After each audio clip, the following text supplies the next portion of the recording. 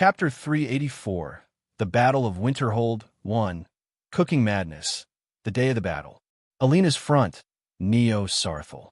Daughter, what is that? Sigurd stood with a pale face beside Alina. The father and daughter pair were in a stone circular room at the base of the Tower of Music. What was in front of him was simply something that scared the ever-living out of him. It is a Magicar reactor. That is one. Aren't those things just some small trinkets? Trinkets? Father, Magicar reactors are the crown jewel of John's creations and Winterhold's core of power. They are artifacts of absolute genius. The Magicar reactor in front of Sigurd and Alina was a bit too large. It could be compared with a small boulder with a height of 4 meters and a width of 8. Indeed, this thing was created by exploiting a massive stockpile of Stalrim and soul gems. This Magicar reactor has the ability to produce 80 mega-MP on a Magicammeter. Powering a massive artifact like the Tower of Music needed that much power after all. As Sigurd and Alina proceeded further in the facility, they saw some people in distinctive robes. These are, Jonrad asked, Winterhold mad scientists, the former core members of the Creation Club, one of the college's most formidable student clubs. The always turned on Eliel, the nerd orc Morbagog, the big cat who loves small things Marin, and the arsonist Yisra. They are misfits in society, but somehow John found them. We found him. He taught me how to make people naked with my voice. Eliel said as she offered a handshake to Sigurd. Yes, whatever you say. Alina held Ellie's hand away. Guys, take us atop the tower, please. We need to install the last piece. Understood this way, Marin said as he led the way to a small room with a lever in its center. The group followed him, and Sigurd kept looking around. Why are we all cramped up in a small room? He asked. Just wait and see, Alina replied as Marin pulled the lever. The floor shook for an instant and started to rise up. Sigurd looked at the ceiling with worry, but it was rising up with them. What in the world? It is a lift developed by Marin in imitation of the Dwemer lifts. It moved by those 4 big gears in the corners and draws energy from the large Mega Magicar reactor. Morbagog explained. Yes, this one has come to a conclusion that lifts need very small parts under their floors to move the big gears. I came to Boss John with the idea, and he helped me with the design. Small machines are really marvelous. Marin continued. How small? Sigurd asked with worry. Very small. Tiny. Isn't that amazing? As worry started to appear on Sigurd, Alina spoke. It is nothing dangerous, father. I checked everything myself. Okay, daughter. As he said, the floor shook once again. Sigurd hurriedly held to his daughter. We arrived, father. Really? Yes. Marin opened the lift's door, and all found themselves on a wooden roof. The top was not as vast as the base, which was easily imaginable from looking from the bottom of the tower. There was a pedestal standing in the center of the roof, and Alina walked to it, revealing the Elder Scroll that she hid in a cloth. Lady Boss, is that? The 4 mages recognized the Elder Scroll right away. Yes, and if you want answers, go ask John. Alina brushed them off as she installed the Elder Scroll on the pedestal and made sure it stays hidden. Sigurd surveyed the place and looked down the tower. It was indeed deserving to be called a tower, a building so high that it overlooked everything around as people looked so tiny from the top. The tower's height was almost 70 meters, an impressive height for the age's builders, but even though, the tower was still not complete. Only from the base of the tower up to 30 meters was just covered in stone, while the rest was metal and would hurriedly made to counter the attack on Winterhold. Sigurd had to give it to John. The design was like none other in this world. The tower was a massive with curved sides and pointy long top. The circular roof was just a small part of the whole thing. John said that the original version of this tower was built only with metal with a towering height of 300 meters. Alina came behind Sigurd and spoke. Come on, there's something like that out there in the world? Sigurd scoffed her off. You know his past life, Alina said with a smile. Ah, and you believed it? Why not? The two became silent for a while. Sigurd then turned to his daughter with a small smile. A long black hair that resembled his, as well as the same slim face of a moonblade. Other than that, her big eyes and delicate features were all from her mother. His smile only grew wider. Seeing you this old, building such things and preparing for big battles. Your mother would have been so proud of you, he said. His words were unexpected for his daughter's ears, but she received them with a smile. Thank you, father. Here, take this. Sigurd put something in his daughter's hand.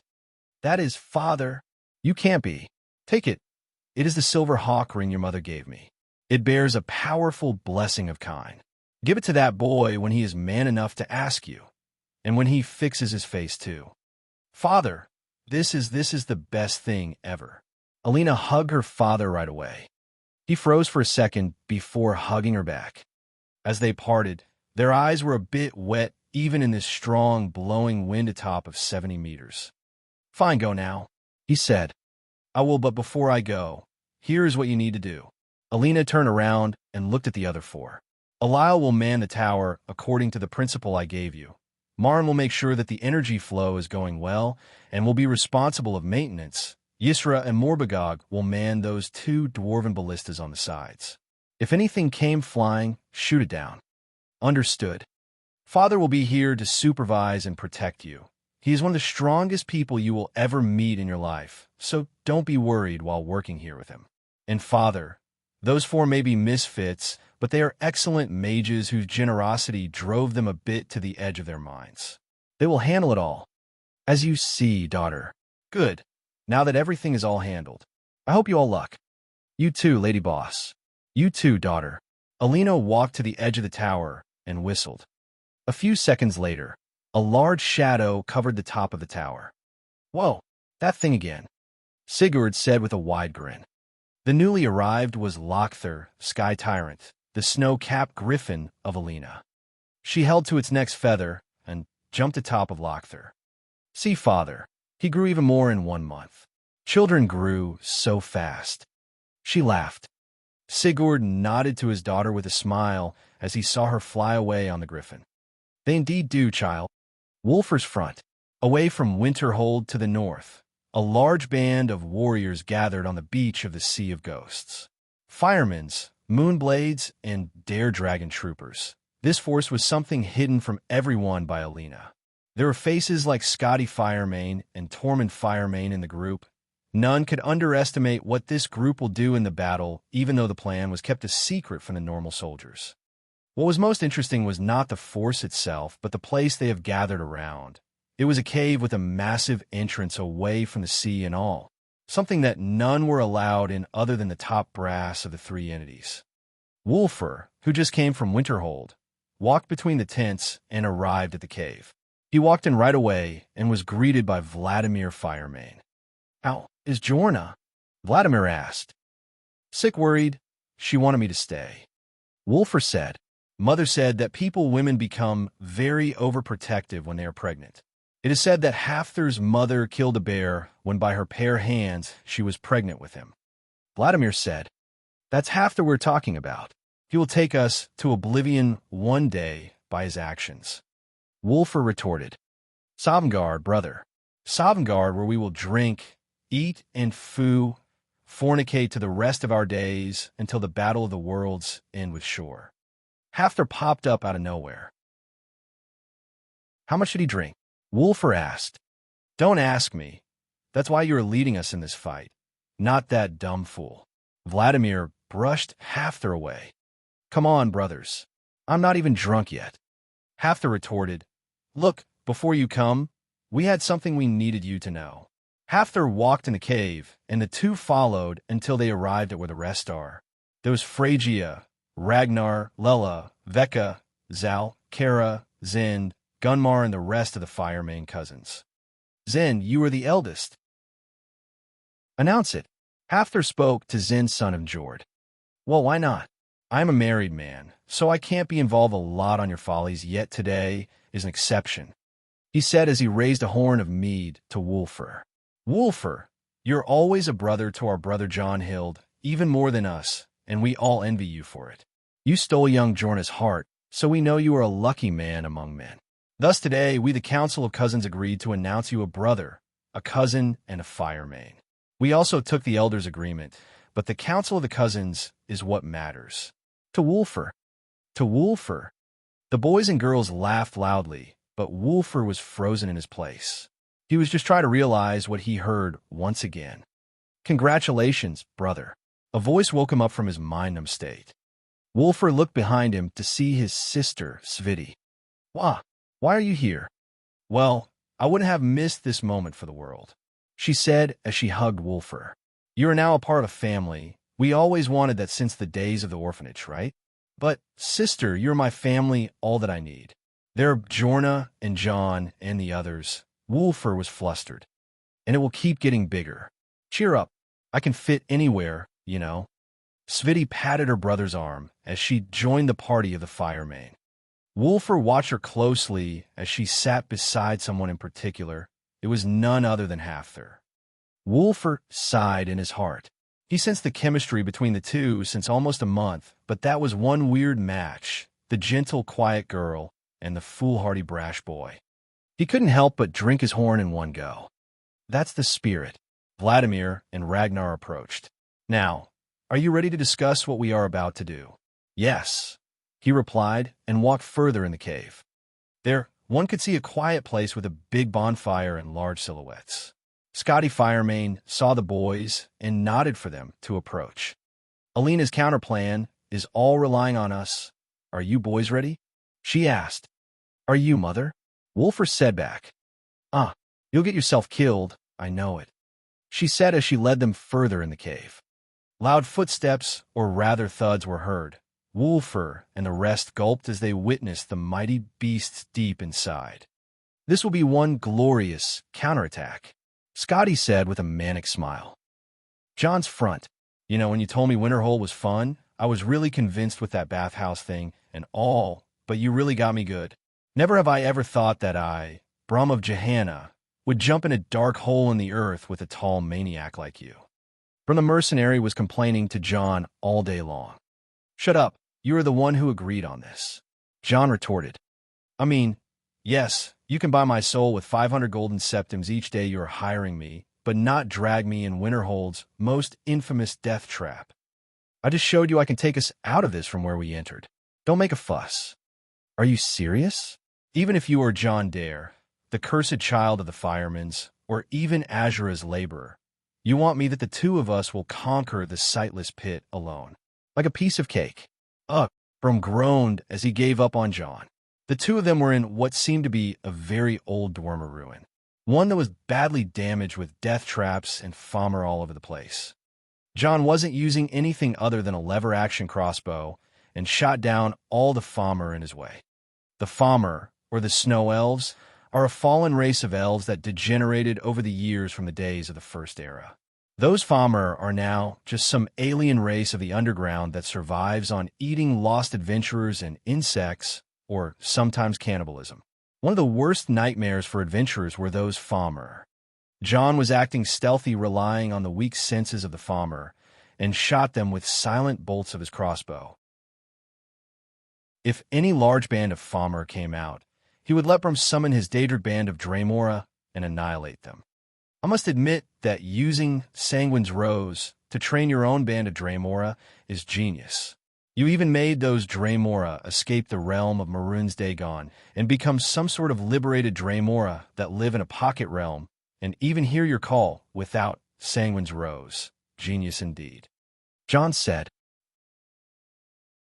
I want to say that I hate prying eyes, but the way you analyze things right now made me prideful and scared at the same time. You are something on your own, John Dare. Thanks. I've seen that technique of conquering a pocket realm on Oblivion by a force of your own with a necromancer clan called the Blackbone once. A real marvel. Actually, I stole the idea from them. Good call. Brahm of Johanna was a real genius in conjuration, even with a cheat item like Sanguine's Rose.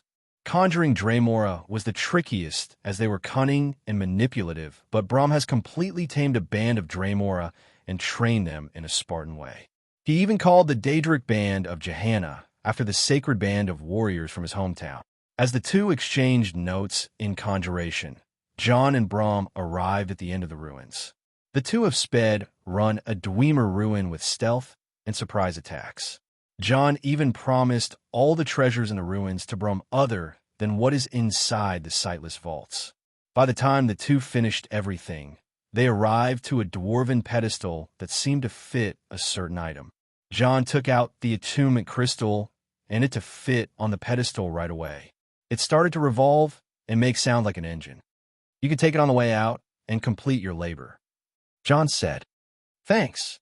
As the two opened the large gates of the sightless vaults, another part of the ruins met them, and John started to tread carefully.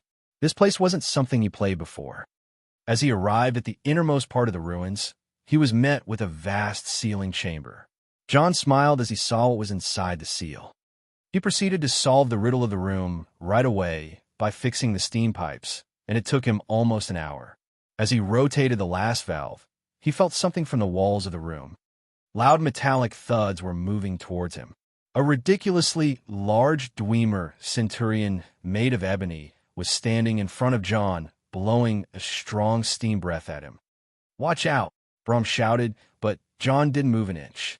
The steam overflowed in his place and enveloped him completely.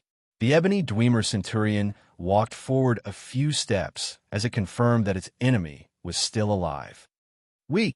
John's voice sounded, and in his hand, the elder's staff appeared. John pointed the staff towards the Dwemer centurion's head, and his will was translated.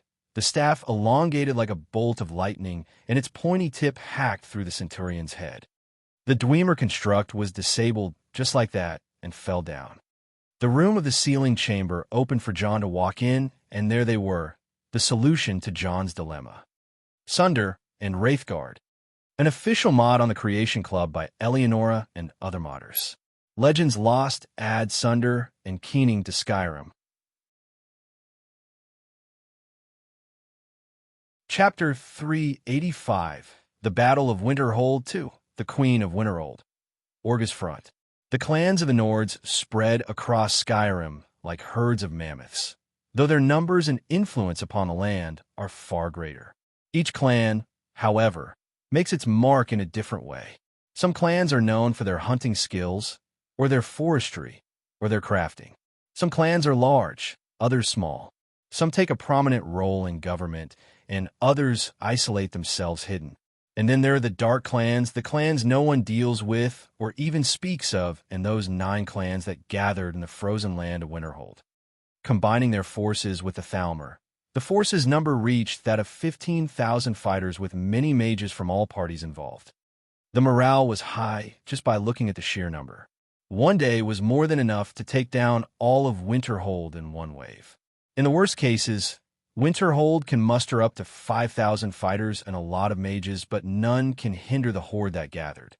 That was what was being spread around by the upper echelons of the clans to motivate the fighters. None of that, however, mattered to the elected leader of the Dragon Hunt Alliance. Yes, there is one, and that was none other than the youngest girl among all of the clan's leaders, Orga, the young leader of the Stormfist clan. She has a realistic view of things and took caution in every action she took. Her clan was branded as evil for 1,000 years, and she was named after its founder, so she felt the deep responsibility of leading her clan to triumph, in good or bad. The Dragon Hunt Alliance was a chance to support her goal of gaining riches to her clan and making better contacts for the Stormfists, even among the Dark clans. How the commander of the Alliance got appointed was a singularity. The newly discovered ambassador of the Thalmor suggested a leader appointment right after her identity got blown away. The Nords looked at her with distrust, and no one wanted to choose her as a leader. In fact, everyone voted for himself, and they included Orga, which put the situation to a stalemate. The surprise was Elwyn's vote, which surprisingly came last and went for Orga's favor. The Thalmor has the right to vote, of course, as the largest force in the Alliance, and Elenwen was surprisingly cooperative with the Nords. Unlike the usual attitude of her kin, she was rather swift and managed the stubborn Nords easily. That way, Orga became the leader. Of course, everyone suspected her to be in cahoots with the Thalmor, and that put on her mood, but she had to do it anyway now that everyone was willing to listen to her, yet that didn't mean she was going to ignore the Thalmor. Elenwen's action was clear. She wanted Orga to lead as the youngest leader and the most inexperienced one. Elenwen was clearly up to no good and wanted to use the Nords as the shock force for her mages to level everything to the ground afterward. Orga wasn't a fool and caught on to that. The best response was to tread carefully. She gathered all the scouts' reports and advanced on 3 fronts. The main siege front, right to Neo-Sarthal from the west, consisted of 10,000 fighters and most of the mages. The Thalmor were tied to this front to not let them out of her sight. If Elenwen tried to disagree, she will appear as the manipulative she is. The raid front, which was a group of light raiders that of 3,000 fighters that would cross the mountain into the shrine of Azura and descend on the whispering village of Dunmare, plaguing and burning it so they can draw the forces of Winterhold out and kill them in waves. The reinforcing front was the 3rd front and the safest one made of 2,000 fighters. Orga made sure to put most of her clansmen in that front, so they can be the fastest to enter the battle whenever there is victory and the fastest to escape whenever there is a problem. This group was centered in 3 places. 1 behind the main front, 1 on the Wayward Pass with the excuse of cutting reinforcement, and the last near Fort Castav to keep an eye on the Imperial Legion. The plan was solid from all fronts, and the march to Neo-Sarthal began with first light. Orga personally was in front of the march as she wanted to witness Neo-Sarthal defenses with her own eyes. The leader of the defense was by all means expected, Alina Moonblade, rather than Jonhild Firemane. Orga knew it when all the other leaders expected to see Jon on top of the wall. Something is not right. However, even Orga had to point out that something was out of her expectations.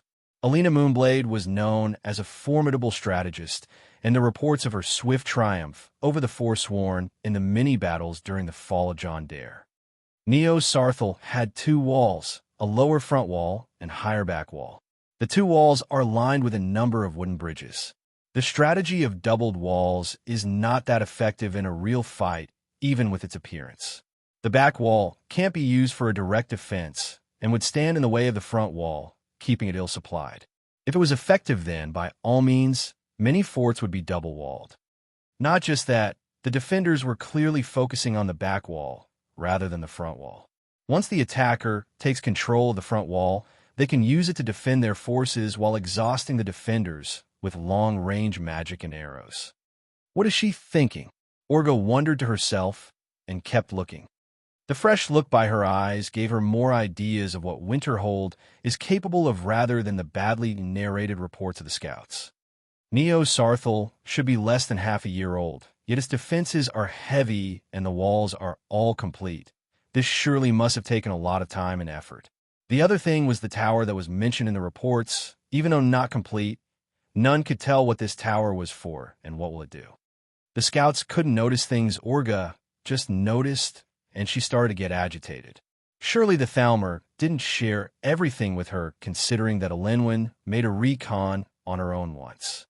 Restless, Orga took action. She rode forward with 2 other clan heads to a distance safe from arrows and called for the defenders with their voices. A response came, and the gate was opened. 2 riders came out on flaming horses. One was Njord Firemane, and the other was Olaf Moonblade. 2 formidable fighters and the number 2 men of their clans. Not long after, a flying beast landed on top of the wall and carried Alina Moonblade, who joined the other 2 and headed towards the 3 leaders of the Dragon Hunt Alliance. Old Scap, you're still alive? Olaf Moonblade cussed at the Scap, the old of the Nicker clan. Moonblade fuck. You coward fucks, escape your home like the coward shits you are. I swear on my son's graves I'll end your line. All barks no bite. Your sons got all killed like the dogs they are because their father's a fool, it seems. I'll kill you. Hold it. Orga Stormfist stopped the raging Scap the Old. She gazed at Alina and sneered. Hey, beautiful. You're that girl Alina, right? Alina looked down on Orga with cold eyes. Lochther felt the disrespectful tone towards Alina, and his glare made the horses restless. Orga Stormfist. Aye. Orga calmed her horse and spoke. I heard you were rumored to be the most beautiful lass in the whole Skyrim. I can see why now. Alina's face showed ridicule. Let me guess. The man you loved lost interest in you after he saw me once, and you swore to skin my face. What? Nah. Wait. Is that the level of jealousy you get? Most of the time. Poor you. Don't worry, beautiful. My interest in your face is nothing like that. Nice beast, by the way. He hates you. Ha ha. Tell you what. You turn sides now, and I'll make you my woman. No one will ever touch you. I promise. Orga said with a dirty smile. Insolent fool. Olaf Moonblade was about to unleash his gift on Orga. Uncle, please. Alina spoke, calming him down. She then turned to Orga with a faint, seducing smile. Tempting, she said, but you're not my kind of gal.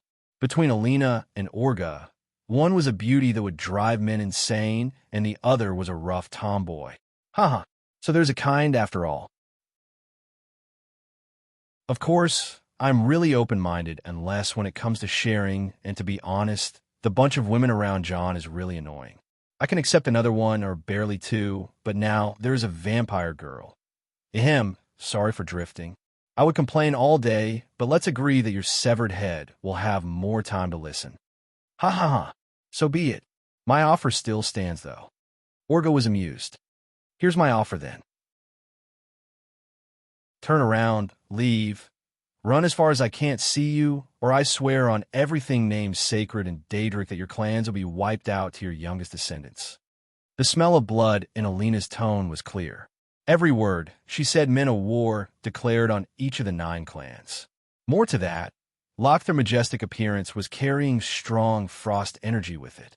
More to that, Alina had a staff in her hands that aura was pure evil. The skull of corruption was handed down by John to Alina now that he has no use of it. Very well. Orga and her companions turned around to leave. As Alina was about to return to, a voice called out. Wait. The 2 parties looked at the one who called. A white horse ran on the snow and stood between the 2 parties with a robed person on it. From a voice, it was a woman, and from the appearance, it was a high elf. From where did you get that, Griffin? The woman asked with a restless voice. Lochther, whose height is above 2 horses, felt the greedy gaze of the woman and screeched at her. Easy, boy. Alina calmed it with a couple of words and didn't even bother to reply. She just led her party to Neo-Sarthal. Human, when I speak to you, you fucking answer. The high elf lady didn't take being ignored well. A highly dense magicka overflowed and assaulted Alina while completely avoiding Lochther. Alina was sensitive to all manners of magicka and felt the changes right away. She turned around with her eyes gleaming red and turning into slits. 2 pure forces of magicka clashed. One was white and quite dense, proud and arrogant, while the other was like flooding river that would obliterate everything. As Alina's magicka met the elf's, it was not to be called a clash rather than a complete overwhelm. Alina's eye powers were custom-made to obliterate souls, and magicka was nothing but a thin energy coming from the soul. The elf woman was already on her knees. How? Alina's eye powers are a wild shotgun. Wherever they aimed to do the job, the mere glance of Alina killed the white horse ridden by the elf woman, causing its skin to be cut open and sink in a pool of its own blood. The woman was much stronger and endured a second, 2, 3, but her soul was being ravaged and her body was getting affected by the second. Put the effect aside, the feeling was indescribable. A wave of agony, pain, dread, every damn feeling that one escaped from, every negativity and worry, every fear and nightmare, all at the same time. The woman barely held for a little while as a loud scream echoed far and wide. Alina wasn't holding back anything. Before the situation escalates further, 3 high elves popped out of nowhere too, with tower shields and 1 mage. The mage covered the elf woman with her own body, as if to sacrifice herself for her, and the 2 elf soldiers attempted to block the magic. Alina stopped her eye powers with a haughty smile, but not until the 2 elf soldiers exploded in their blood as well. She looked at the elf mage with satisfaction. I presume you are Ambassador Elenwen. The mage stood from the unconscious elf woman and looked at Alina with caution. And you are the rumored lady of Winterhold. Charm. The situation was sensitive, and Elinwen seemed restless. Seeing the fallen elf woman behind her was something she would have never imagined. That woman who intruded on the last-minute negotiation was an arch-wizard that just arrived from Alina, and she was Elinwen's old master, an elf whose age was beyond 500 years. The High Elves didn't hear about that griffin from the reports, as Lochther is a lazy one who loves to sleep in the snow all day and only come to play when Alina calls. The High Elves were shocked senseless and questioned how can a symbol of their homeland appear on the other side of the world. More to that, the griffin was a snow-capped griffin, the rarest of the rare, a sacred breed that lives above the clouds of Cloudra City. The High Elf woman jumped on a horse, hell-bent on taking that griffin right here, right now. The other High Elf arch-wizards didn't stop her. She was basically going to bully a child. In truth, there were 10 arch-wizards other than Elinwen herself, and they were all in a confident mood to bring down the force in Winterhold in less than a day. Now, as Alina showed enough power to put down an arch-wizard, the rest felt the threat. Such power! This girl is dangerous. We can't let such an enemy live. Absolutely. A Nord with such power. Are the heavens teasing us? Too stupid to showcase their trump card from the get-go. We kill her first. Telepathic whispers were exchanged between the arch-wizards 10 miles away from Neo-Sarthal, all with Alina at their aim. She, who was far away, looked back at each and every one of them. She could only wait for the fight to start just to see those insolent fools suffer. Elf, I'll give you the same offer. Alina spoke to Elinwen. Take all those lowlives you brought, and I will consider not damning every Thalmor I come across to oblivion. Elinwen's face stiffened. She barely kept her cool after hearing the word lowlives being said about her people. She put on a fake smile and nodded. A generous offer from the Queen of Winterhold. Yet I say you bite more than you can chew. We'll see about that.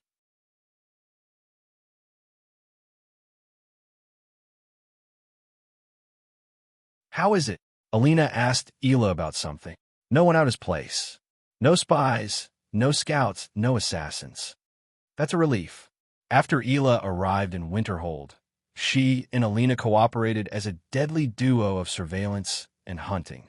They covered all the holes in Neo-Sarthal just by the two of them. Where is John? Ela asked. Over there. Nurina pointed to the south between the summit of Mount Anther and the Shrine of Azura. Isn't he exposed? This mountain road will be exposed to enemies who will try to raid the Whispering Town. He has a mercenary with him, and he is up to something big. Everything is in order. We are now waiting for the enemy to move. Oh, I dare them. Alina said in a low tone while covering her mouth. Huh, this girl has developed one nasty habit. Hilda commented. It was as she said. Alina became very violent and bloodthirsty during the time of John's absence. Of course, she doesn't show that side to John as she doesn't need it beside him, but now she was on her top state of focusing. She stood at the battlements and rested her palms on them. I'm starting now. She focused on the scene in front of her, became silent. Those who know her can tell that she is now looking in the future. 1 minute forward. That time was enough to tilt the tide of any battle. Alina was living the events of 1 minute forward and could still keep her senses with the present. One of the original eye powers that were bestowed on her by Kine. They will move in 50 seconds, ready the signal flares. She spoke. On it. Ela was ready with some magic scrolls behind Alina. Boo-boo. Not long later, the horns of the Dragon Hunt Alliance echoed on the horizon and the march began. Arranged in columns, formations, siege units, ladder units, and mage units, the 10,000 fighters of the Dragon Hunt Alliance were walking the mile between them and Neo-Sarthal. Drums echoed, horns blown, bards shouted. The Dragon Hunt was starting. Alina has already seen all that and was eagerly waiting for the perfect timing to see how her visions will be applied. It was basically cheating, and she was all in for it. After all is fair in love and war. The green flare. Alina said, and Ela tore open the green scroll, launching a pillar of green light in the early morning sky. That signal was for everyone to move. The first to respond to the signal was the Tower of Music. "Eliel," Yisra shouted. "I know," the latter replied as she moved some levers, then beat the big button. Magical energy started to be felt through the tower on a large scale, and sound started to be heard. This phenomenon was just the basic function of the Tower of Madness. As the sounds became clearer, the tone was heard and vibrated far and wide in the ears. The sound of drums, the sound of trumpets, the sound of music. The troopers behind the wall of Neo-Sarthal all stood up and felt something strange. They were burning from inside, not from fear or magic, but from excitement. The sound struck deep in their hearts and made their blood rush with a sudden, indescribable feeling of pride and honor. It was just music with no singing or words, but it reached deep and made them all jump up. The drill sergeants and the commanders of the troopers started shouting and conveying orders as soon as the music started. This was the signal they were told, and the troopers were all pushed to man the walls. Behind the first wall, many troops were ready on as the second was being packed with troopers only in certain places. The order came for all the troopers to stomp louder with their feet on a certain pace to keep up with the music.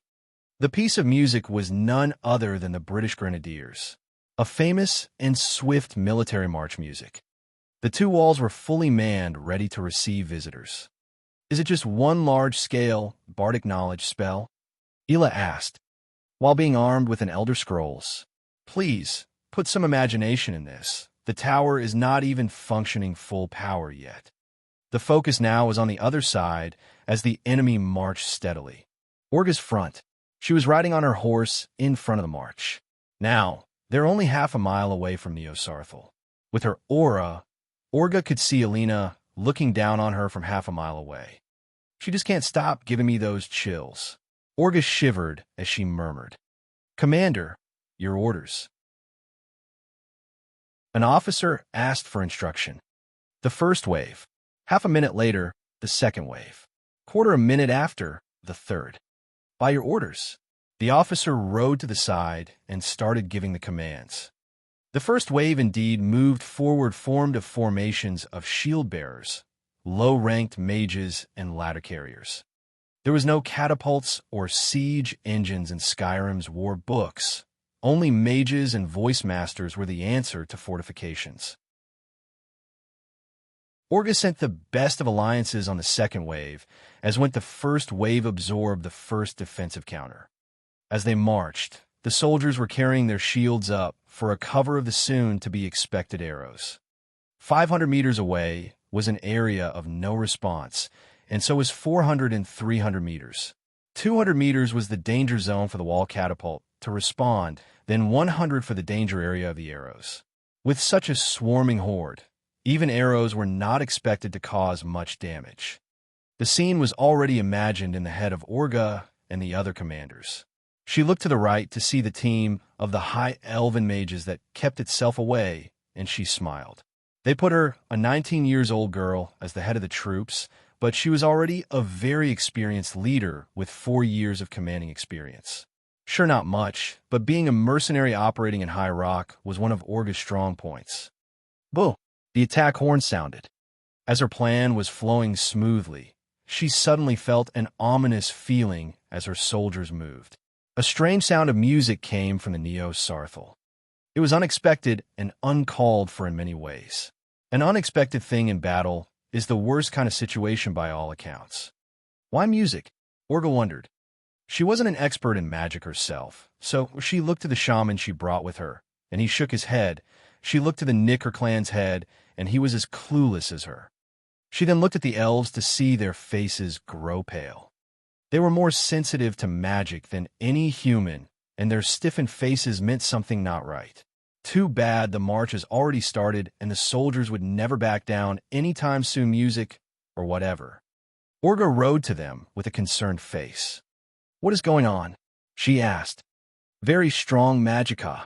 This is a large-scale spell, the largest I have ever seen." A young elf said. "What large? Where's the spell?" Orga asked. The music is the spell, you dim-witted human.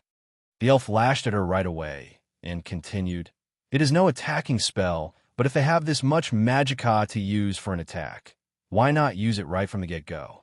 The elf raised a fair point, and Orga ignored the insult for now. Winterhold was fighting in her own way. This wasn't good by any means. Does the music do anything? To us, no. But to their soldiers, I fear if they have a 1,000 soldier, the effect of that music will make them fight like 3,000. Smart. Is this the way they are going to compensate for the numerical disadvantage? Orga looked at Alina and smiled. What is that Puss Pepper's doing? She was thrilled now. It seems Alina's confidence wasn't baseless from the start. This big music must be the true trump card of Winterhold. Just like the spell, harmony, this music can make soldiers tire slower and become stronger. This is just an army-level spell. The only difference is it being a buff rather than an offensive one. An offensive army-slaying spell was something only a power like the Empire and the Almarai Dominion can make, but it was more of a forbidden-level spell, higher than that of master-level and arch-level spells. But it was true, why not use this power on offense rather than defense? The answer should be a lack in technique or something along the lines. Orga was worried less now, but she still couldn't do anything about the march. It was going to be okay anyway, in front of magic power, buffs, and all that was nonsense. Still, the harbinger of Orga's worries came faster than she could think. Her troops were now only 2 meters away from Sarthal, started to take the ground up to the wall, and not a change happened until the second red flare was launched in the sky. The change was sudden and unprecedented, ruthless and cruel, scary and mighty. Not even the elves, the humans, or the spirits could see this one coming. The world felt wrong in all senses of fashion. An artificial phenomenon that made everyone lose hope and desire. The music stopped, the air settled, the blood froze. No sound was heard. This was it. No sound. No tone. No music. Utter silence. The charge was going as the soldier crossed another 100 meters to be the same distance to the walls of Sarthal. It was it. They stopped and looked around at each other. They couldn't hear themselves. They couldn't talk to one another as their tongues moved, but their voices were not there. The voice masters couldn't shout. The mages couldn't muster the magic. A no-magic zone, a no-voice zone, a no-talking zone. There was nothing they could do but look back at their commanders who were as clueless as they are. From a first wall of Sarthal to 500 meters at the front feet of Orga's horse, no voice was coming out. She extended her hand forward and snapped her fingers to hear nothing. She took it back and snapped her fingers to hear it. She was right on the edge, and Sarthal was on the other with half of the Dragon Hun Alliance forces in between. The half inside the silent zone exchanged looks with the half outside. A young man looked at his brother on the other side with his lips moving. The one outside saw the fear in his brother's eyes and understood the word of help. It was a cruel reality. To hear nothing was scary. To lose the power to control your magic and voice were scarier. Darkness enveloped their hearts under the cold light of day. Even on the walls of Sarthal, the dare troopers were utterly shocked. After the blissful music came this utter, dreadful silence. Even they couldn't speak or utter a sound, not from the spell, but from the dread. Only one voice broke the silence and traveled from Sarthal to Orga's ears. Alina's voice. Open fire.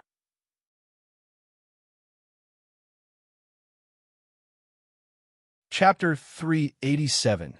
The Battle of Winterhold 4. Hour of the Death. The phenomenon known as the unmusic was something so dreadful that it became a nightmare for every enemy of Winterhold since this day. The Death Battle, the day of the unmusic, the unrecorded, too many names to describe an artificial event equivalent to a natural disaster. How exactly does it work? No one knew. Actually, no one could know. The area of the unmusic was a cursed place that would snare all the colors in the world. John may laugh it off and call it the lag, but he knew the truth. He was the architect of that forbidden magic after all. The music is everything in the world. The heart of the world, which is the heart of Lorcan, is also called the heart of music.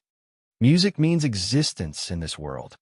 This music is created by everything that happens and gets recorded in the Elder Scrolls, whose number is uncountable and existence is as non-linear as time in the world of the Elder Scrolls. Manipulating the music of the world with magic is known as the tonal magic. Overdoing it has consequences, and that's what John did. He found a hole in the rules and used the power of the Elder Scroll to erase the music in a certain area, causing no magic or any sort of power to be used. Only weak mortals with thin layers of armor on their bodies walked on the edge of the old knocker's knife. To explain this phenomenon, it is an artificial quasi-dragon break.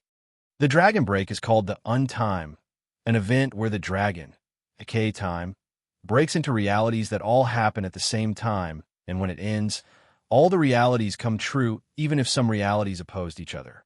Hint, that's how the Dwemer disappeared. Still, this is not the relationship between the untime and the unmusic. The two phenomena share one similarity, and that is the two of them can't be recorded by Elder Scrolls as events out of the world's control. Being out of the divine's protections, the souls of men shivered as they lost connection with their patron spirits. They didn't know the feeling, but their souls knew it. The Dragon Hunt Alliance soldiers were already between the points of 100 to 200 meters from Neo-Sarthel's first wall. There was no going back by all means. To motivate them forward, Alina ordered the bombardment. Open fire. Her voice somehow moved through the soundless zone, unheard, yet it reached the ears of the other people of the Alliance on the other side of the area. Expecting to see some sort of great fire, the heart-sunk faces of the Alliance commanders jumped of its places when they saw the scene next to appear. Beams of blue energy came out of the barrel-shaped objects fixed on the second walls. Those beams traveled in an instant and landed on the bodies of the soldiers and the ground near them, causing a terrifying scene to unfold. As each beam landed, it disappeared and cluster eruption accompanied by a shock wave occurred in where it landed. The effect was soul-crushing. None of the soldiers that were hit with the beam survived. Broken limbs, blood mess, fragments of bones and iron. It was not a battle, it was destruction. The battle didn't even start, and 1,000 died in less than a minute. That was how grim it was. The soldiers ran around like rats and hid where they could hide. Those on the ground withered in agony, and those who could run hid behind rocks and covered areas. It worked. Cannon fire was effective on tight groups and not on wide, loose formations. Those who could take cover, crawl prone on the ground, run out of sight, or blend with surrounding were safe for a moment. Still, they were way too close to death and literally playing on its palm. The cannon shots were descending on every corner on the land. The snow that settled on the land for years was jumping up with fierce eruptions that most likely was accompanied by someone's death. It was as if a gate from oblivion opened wide on Nirn. Neo-Sarthel's Magicka cannons didn't stop until 5 minutes of constant bombardment emptied the charges of the Magicka reactors in these cannons. They needed at least a day to recharge or a change or reactors. From the point of view from the second wall of Sarthel, where the cannons are positioned, the rocky plain of snow in front of the first wall was completely covered with a cloud of fine snow. Nothing could be seen until a couple of minutes later when it all settled down again. The image unfolding was hellish. The dare troopers kept looking in frigid hearts at what happened to the enemies. Walking silhouettes, staggering figures, one's kneeling and wailing soundlessly to the skies, one's lying broken, one's barely mustering the courage to look around them and beyond their covers at Sarthel. From the 5000 Alliance soldiers that started the siege, half of them perished under the Magicka cannon fire. Stillness and silence overtook the air both in the inside and the outside of the soundless zone, all just waiting to see what happens next. Whose turn was it again? None could tell. Should the dare troopers on the wall start hunting the enemies with their crossbows? None could know. What now? Jonrad looked at Alina and wanted to say something, but Hilda glared at him not to utter a word. Even Irina was having an inner conflict with herself. In her entire life, Her first student was John, and her second was Alina. She enjoyed teaching the two prodigies quite a lot, but her teachings led to such death and destruction. War was never like that in her head. It was about skill and tactic, yet now things were rather depressing. She kept her magic up to detect any change of energies around so that she can protect Alina and also tell John's location. At that moment, she felt a strong heartbeat-like pulse from John's direction, and her eyes widened. All her depressing thoughts went away. Those who would want to harm her son would all go to hell as far as she could care, whether it is 1,000 or 100,000. She felt ashamed, feeling sorry, or responsible just a second ago. Hilda was already hell-bent on murdering the whole army just for John's sake. Such a counter was sudden and shocking, but it brought joy to her heart. Alina was narrowing her eyes as she kept looking at the future. Many possibilities could happen in the next moment. She kept looking at a certain boy across the battlefield right next to Orga Stormfist and kept saying, "Do it, do it." It was the butterfly effect she needed to start the next phase. That boy was looking at someone in the middle of the battlefield with sorrowful eyes, a brother if Alina could guess right. That brother seemed to have lost his legs and was looking back at his brother with tears flowing from his eyes. "Do it. What are you waiting for?" In her future vision, the brother on the ground will bleed out and die, leaving his brother to kneel on the ground and cry, but that wasn't what she wanted. She wanted a different scenario to unfold. Pressure, shock, mayhem. She wanted chaos in the enemy lines. There were only 10 seconds for her, the butterfly effect, to expire. She jumped off her place and ran to the nearest Magica cannon, pushing the trooper on it away, and aimed the cannon to position, charging it with her own Magica. "Alina, what are you?" "Just one more."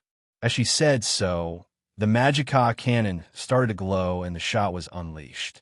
Strong gasps escaped from everyone as the recoil of the cannon hit Alina's body, and she flew back to the crash in the battlements. "Lady, Alina!" The troopers ran to her, and so did her relatives on the gatehouse. A thin line of blood appeared on Alina's body as she staggered up and ran towards the front with everyone trying to support her. Yes, it happened. Now, do it. Huh. A crazy laugh escaped her as she saw the present unfold to the future she sought. On Orga's front, she was frigid still from the sight of the bombardment and barely looked forward at the sorry sight of her men. Beside her, the leaders of the other clans were in a sorry sight themselves. Such a tyranny was something unprecedented in the world of those people. As they sank into dread, a sudden eruption in the snow not far away from them woke them all up. They looked forward to see where it landed, but no one could point out the odd about this eruption other than it came a bit later than the other ones. Not until, "Brother," a boy shouted with all the pain and dread in the world, then charged forward towards the soundless zone. "Harmy," Orga shouted at her bodyguard that left his position and charged forward like loosened arrow. Her hand barely hung out as she jumped off her frightened horse. She wanted to stop her friend, but he has already run deep in the soundless zone. He could never hear her. But that wasn't all there is to it. Something unexpected happened. The sudden charge of Harmy caused the lines of the Dragon Hunt Alliance to fall restless. These people were all from the clans of Skyrim, and when a clan goes to war, brothers and parents fight shoulder to shoulder with their siblings and children. Just how many son, brother, or father were in the first half of the army? The half whose half is lying on the ground struggling between life and death. A lot. Too many. That last shot took the life of a brother in front of his brother, and the latter ran forward. This was the straw that broke the camel's back, or in Alina's vision, the first action that will move the rest of the army. "Murderers! Save our brothers! Kill those bastards!" The sudden change brought all the chaos in the world, not only to the soldiers, but to the clan heads. Orga saw Alina run to the side just a few seconds ago, but to think that she... Impossible! That Ice Queen staring on top of the wall was now grinning madly as she looked at the enemy falling in chaos. "We can't sit around anymore. Forward!" The Ironblood clan head had a lot of men in the field. There was no way he can control his men anymore while they saw their brothers dying. The horses will be of no use. Put the ladders on them and just run forward. The Farwinter clan head was in the same position. Gradually, all the clans started to fall to the chaos. Wait, you can't, Orga shouted to the clan heads. Shut up, girl. This is no longer a fight. Loose formations. Never form groups. The Nicker clan head shouted at her and kept giving orders for the rescue. We can't go in without a plan. Another clan head spoke. We need to take them, then charge forward, or they will kill us all with their magic.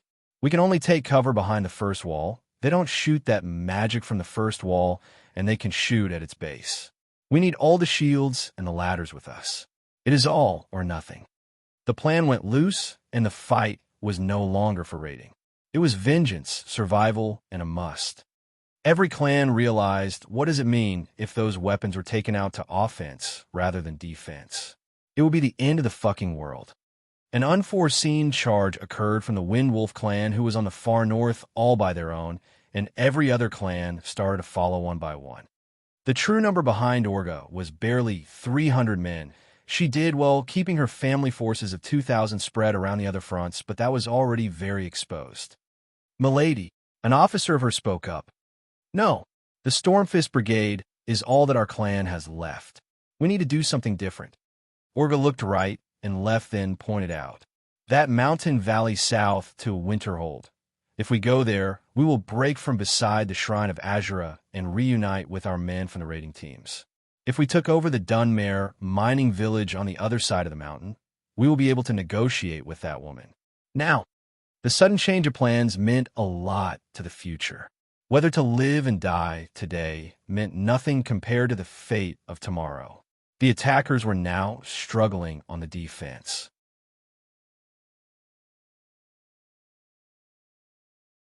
Chapter 388, The Battle of Winterhold 5, Hour of the Wallfall. Orga's men started preparing. Before she rides in the Soundless Zone, she looked to the elves, who didn't move 1 inch. Elf, what's your move? She shouted at the elf who cussed at her from a while ago. He looked at her with a stiff face, then pointed at the Soundless Zone. You Nords can send each other all to oblivion. This is a suicide. Humph. Cowards. Orga snorted at the face of 2000 High Elf and 9 Arch-Wizards included, yet none said a word to her. Walking in the Soundless Zone? No elf was born to do such a daring act.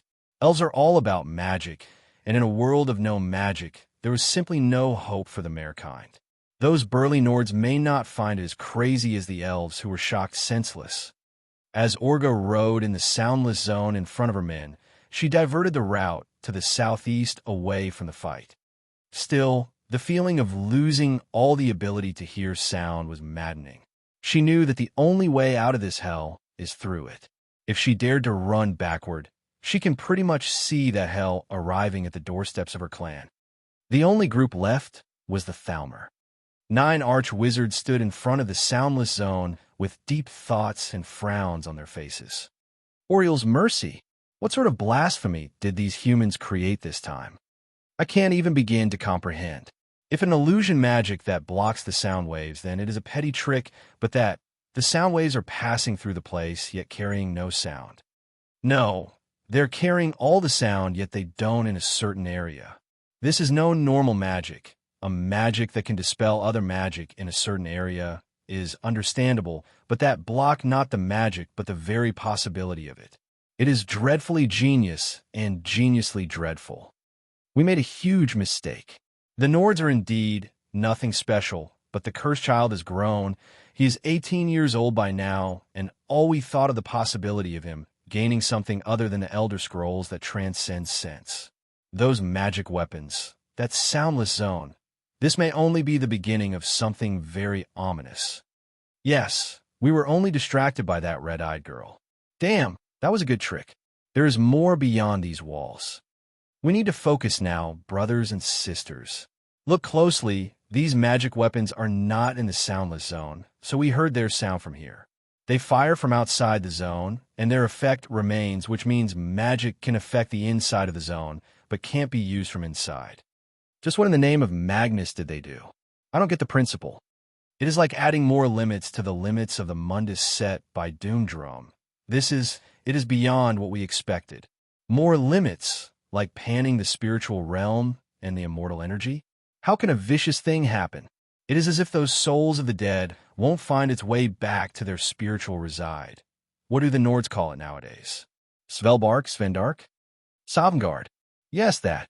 Those who die in such a place won't go to that Sovngarde, even if they died as valiantly as it is required. They are beyond the perception of Aetherius. This is madness.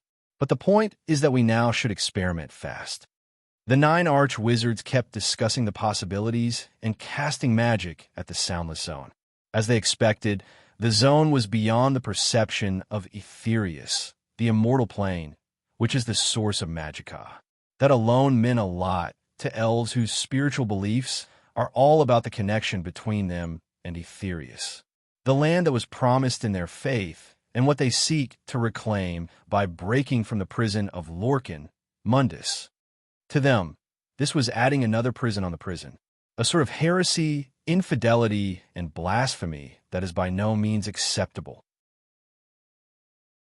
If it was the young mages and soldiers behind them, then those kids would have turned into berserking fanatics and went to kill everyone in Winterhold with boiling blood, but the old arch-wizards were more collective and shrewd. They withstood years upon years of kneeling to the Septim Empire of men, and they kept their cool. They knew that in front of such tyranny, they were powerless even with their years of wisdom and knowledge. They had to tread carefully and uproot the dangerous humans before the situation escalates. The question is, can we cast a spell at a target 800 meters away and land a decisive hit? An arch-wizard asked. None could answer such a question. It is possible to reach this far, but the magic will gradually lose its power as it travels. Those magicka weapons installed on the walls of Winterhold had a range of 500 meters with a devastating, and that can be called an amazing feat. We can. Another one replied and suggested something. The arch-wizards started to move. Sarthal, which is now a double-walled fort, gave off the impression of being a very fortified place. The second wall was higher, thicker, more fortified and packed with men, unlike the first wall, which was packed with normal troopers who stood silently. The non-trooper recruits on the second wall were wondering the whole time about the ones on the front. They withstood the pressure of cannon shots passing from above them without being fazed. Surely, these were the elites from another camp as far as they could tell. Still, many had complaints about the tactic. Double-walled forts are not practical or used throughout history that much, especially when the front wall is very poor compared to the second. One can only imagine what Alina has in store. The attackers from the Dragon Hunt Alliance understood one thing. They are to protect themselves by taking over the first wall. The distance between the two walls was seemingly 15 meters, which provided enough cover from the cannon fire. The primary goal of the attacking horde was to secure their fallen relatives and rescue them before the second round of the cannon fire starts. Many realized that they may be walking into an ambush as half of the first wave was killed off and mostly the rest was left as a trap, but they didn't know that the cannons have run out of juice when they stopped firing. Their rescue was somewhat successful.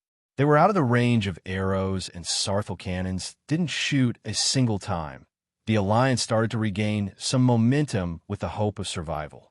They couldn't hear each other no matter what, yet the leaders of the clans started to develop some sort of signal as they kept onlookers on each other. The injured were lifted up and the non-injured were given a hand to stand. Some ran after seeking their relatives, and some ran after being rescued, but no one stopped them. Still, the attack force of the Alliance was snapped down from 10,000 to 7,000. If only they could regain the other 5,000, which were spread around by Orga Stormfist. Some of the clan heads supported her plan at first to pincer her attack, but now reinforcements were needed.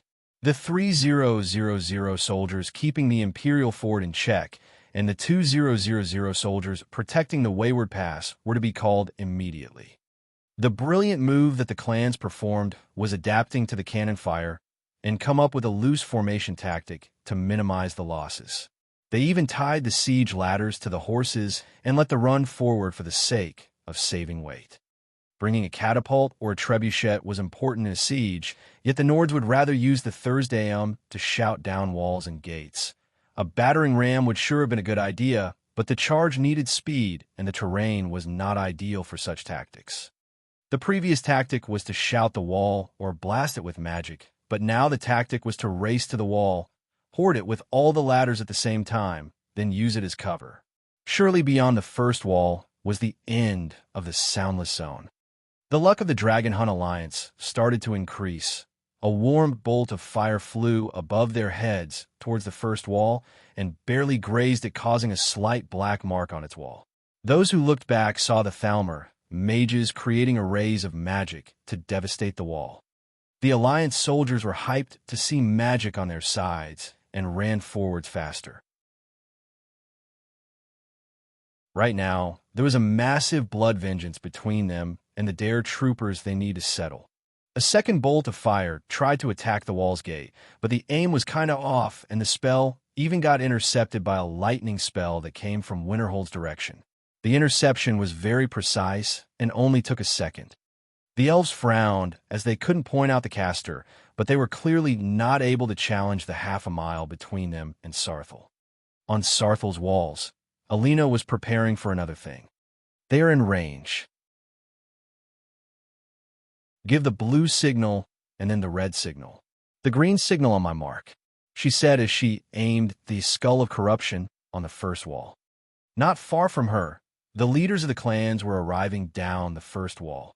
They were desperately pointing to the troops and making signals just for the sake of organizing the mess. Their petty struggle seemed what Alina needed exactly.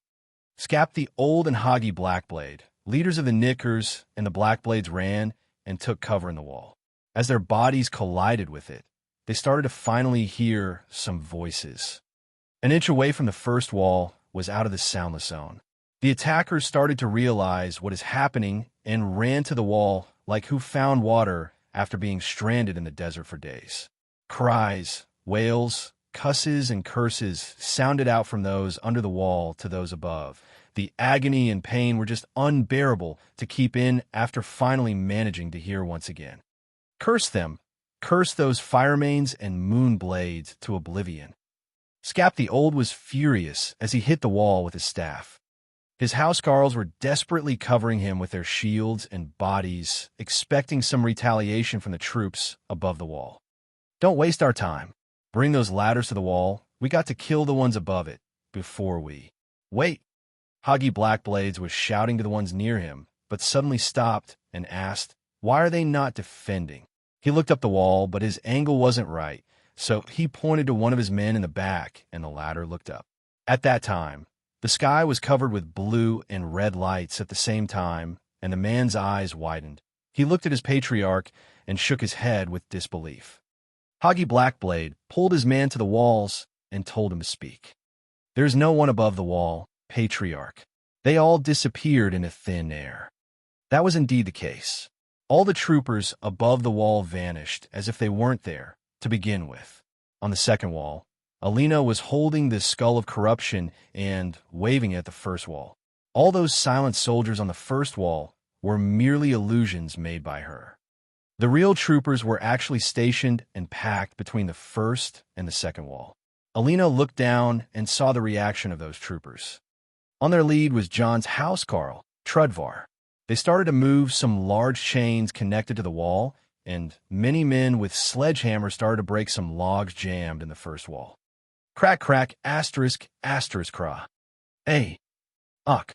The unpleasant sound was heard across Sarthel and traveled to the ones on the other side of the first wall. The land started to shiver for the change that was uncalled for. More to that, the sound started to return to the world. Still, the curses and the wails were all muted. The red signal was for the Tower of Music to cease function, and the blue signal, it was to break the logs and release the chain supporting the first wall. It was all a decoy. There was no first wall, it was just a trap. A big, massive trap that none would ever think of. Those ladders fixed on the wall were packed with men trying to climb, but they tilted backward as the wall tilted towards the ones seeking its coverage. Away from the walls, the Thalmor felt the soundless zone disappearing and were about to cheer, yet they saw what was happening to the wall. Orga Stromfist, too, she was taking the mountain road up to the shrine of Azura when she felt the change and saw the wall falling. The wall was made of long pillars built by mudstone fixed beside each other and were mostly hollowed. They were pulled up and pinned by chains and large logs of wood, with the original tilt in the land in front of the original walls of Sarthal. The large pillars hand no other way but to fall towards one direction. Crack, crack, thud. One pillar after the other, the walls descended on the attackers and formed piles upon piles of men and stone. Hilda, Jonrad, and Tyr swarmed down from the wall with their housecarls and walked through the open gates. Hilda at the front holding her Great Dane axe, Jonrad and Tyr with the blade katana, and Sigurd, who just came down from the tower with his moonsaber. At the double boys, those who lived are ours to weed out. Hilda shouted and rallied all the men behind her. On the wall, Alina held the last signal scroll in her hand as she tore it open and sent the final green signal. On the beach north of Neo Sarthal, Wulfr's men informed him with the signal. "It is our turn," he said. "Finally, who arrives first wins." Halfthor ran into the cave, and strange noises started to come out. "When what exactly?" Freya asked as she raced him. Wulfr shook his head and looked at Sviti. "You go home with the others. We will finish this." He walked in after Halfthor and Freya in the cave and kept striding until he met Skadi. "Mother, your loyal steed awaits, boy. Hurry up and don't be picky." "Yes." He smiled as walked in further. "The big one is mine." "No, it is mine." In there, Halfthor and Freya were fighting over something, yet Wulfr walked swiftly behind them. "Neither of you will take it." Wulfr climbed the large animal that was on the lead of its herd and patted it. The animal was covered with a large armor befitting its size, bearing the insignia of the Dare Dragon Company. The newest and the most exclusive Dare Corp team was about to be sent to battle. The War Mammoth team.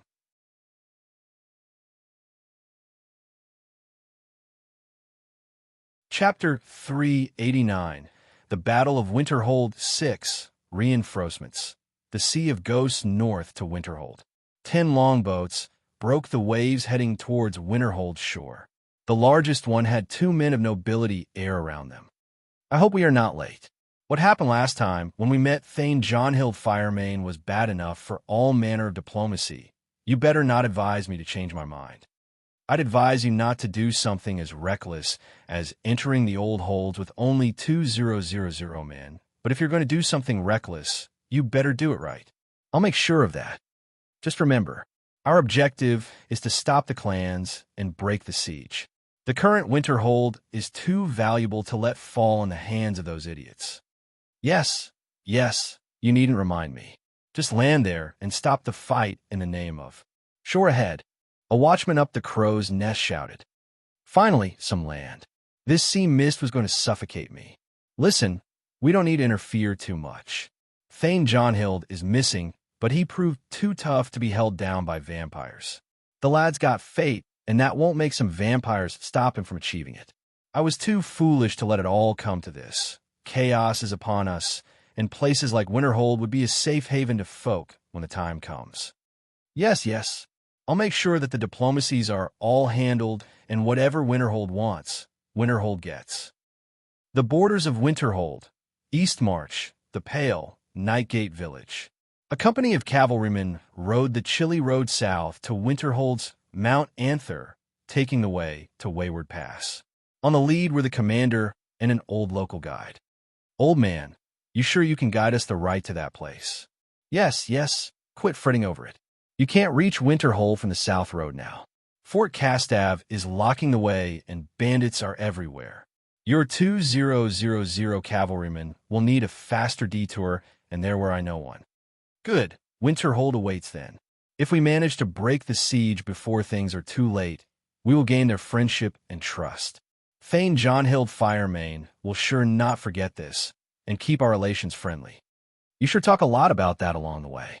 "Of course, Winterhold is a hold of greatness, and all the people ruling it in the past hundreds of years were all lacking. A man like Thane John Hild can topple the scale of power anytime he wanted, yet he chose to remain neutral. I have faith in him, and I also have faith that Winterhold will be a safe place for Nords when the time comes. You are thinking too much. Winterhold is already a safe place with the people in it. You have no idea who those fuckers are dealing with. Oh, you talk like you know it all, old man. Tell me then, why did you offer to guide us to the Wayward Pass? I just heard there are Thalmor beyond those hills, and I wanted us to kill some. I see. No wonder they call you. Halt! Who goes there? A voice stopped the company of men from the mountain road. Are you a whole guard? The commander asked. You are not from the Stormfist band. Wait, those banners, these are... Capture that man. He's from a clan's alliance. The commander spoke to the men behind him. Damn it, don't get closer. We're numbered 2,000 guarding the pass. The alliance scout shouted. And so said the rumor. The commander replied. But declaring your number without interrogation means your number is far less. Something must have happened, and your force got pulled to the battle. Am I right? Shit. The scout turned tail and ran. As I thought, the people of Fort Castav were not pressured, which means all the stalling forces are being pulled back. Winterhold should have put quite the stand. The commander laughed. Told you so. The guide replied nonchalantly. Fine, old man. We've got some Thalmor to kill and a battle to stop. Winterhold's frozen wasteland, Sarthel's front. The fake wall fell on those who try to seek shelter behind it, killing over 1,000 and injuring many. Now the attackers were open to a dozen of new dangers. Almost 5,000 Dare Trooper, Firemane, and Moonblade guardsmen swarmed on the survivors under the lead of the Bloody Hilda. The fierce she-wolf was wielding a Great Dane axe and cutting men in half from the helm down.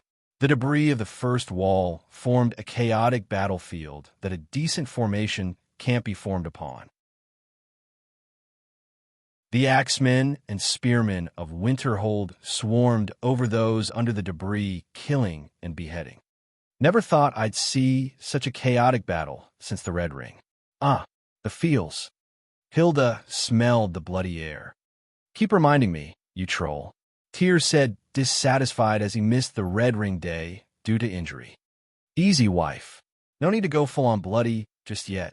The elves are not advancing. Jonrad stopped Hilda from ingesting herself in battle.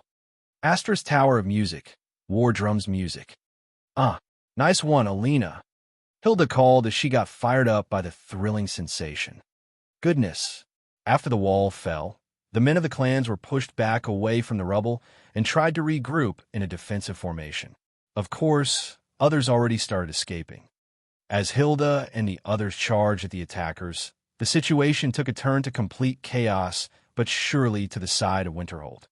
Spears and axes descended on the men of the clans from all angles and corners. The Dare troopers have accumulated a lot of stress in the days prior to the battle. Their mass-produced Germunbu helms and black shields made an image of horror in the eyes of their enemies as they formed a spear and shield formation form the flanks.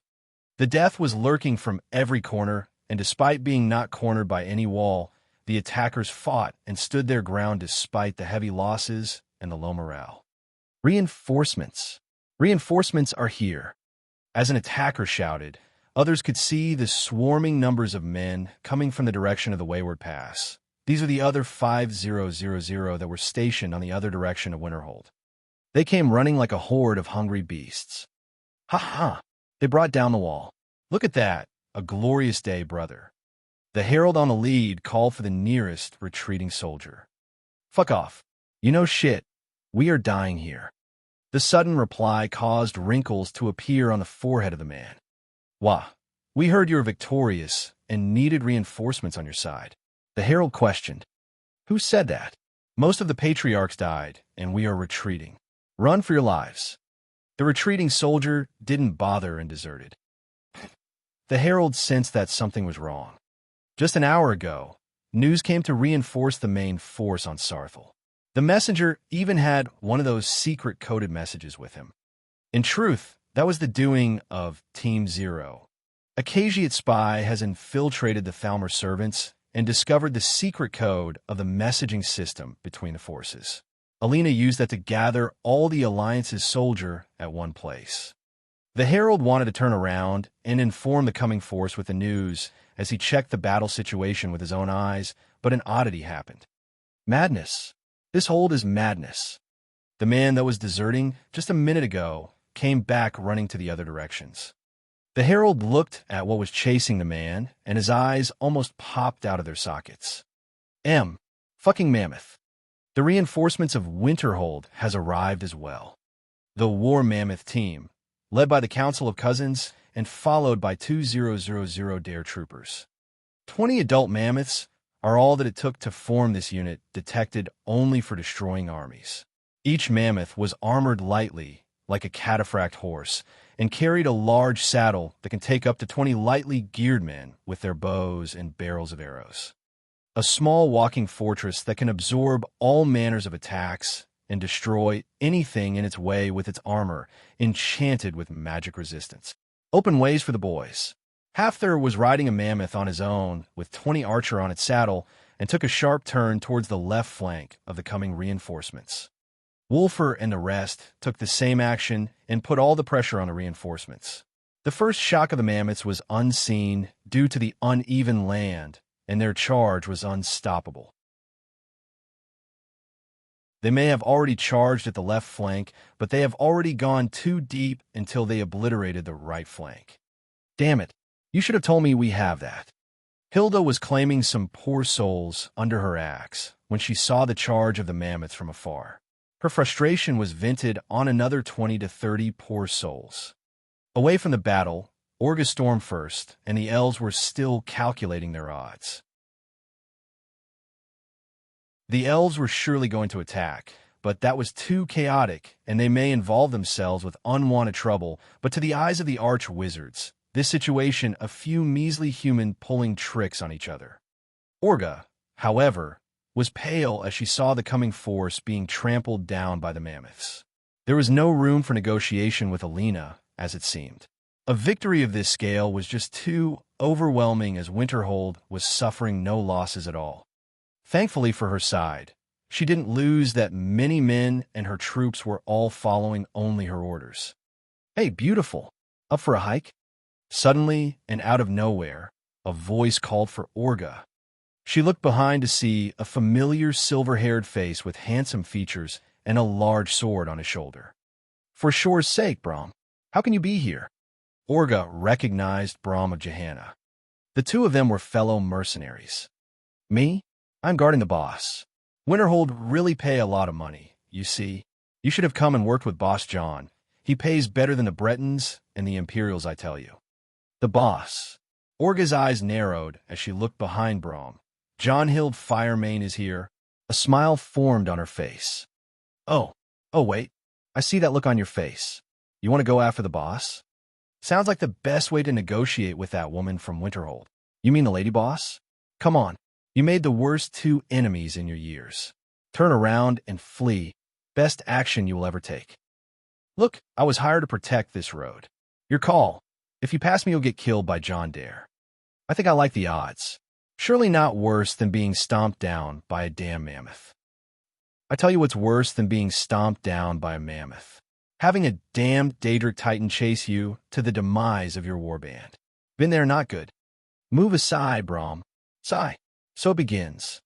The two mercenaries seemed to have a history of rivalry between them.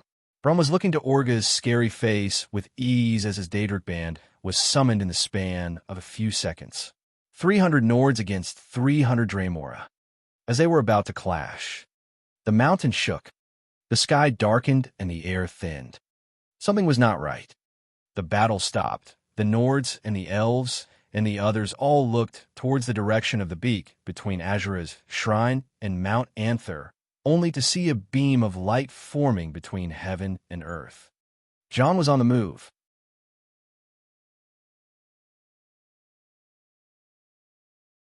Chapter 390, The Battle of Winterhold 7, Ethereal Tribulation. Big thanks to Darius Thomas for the gift.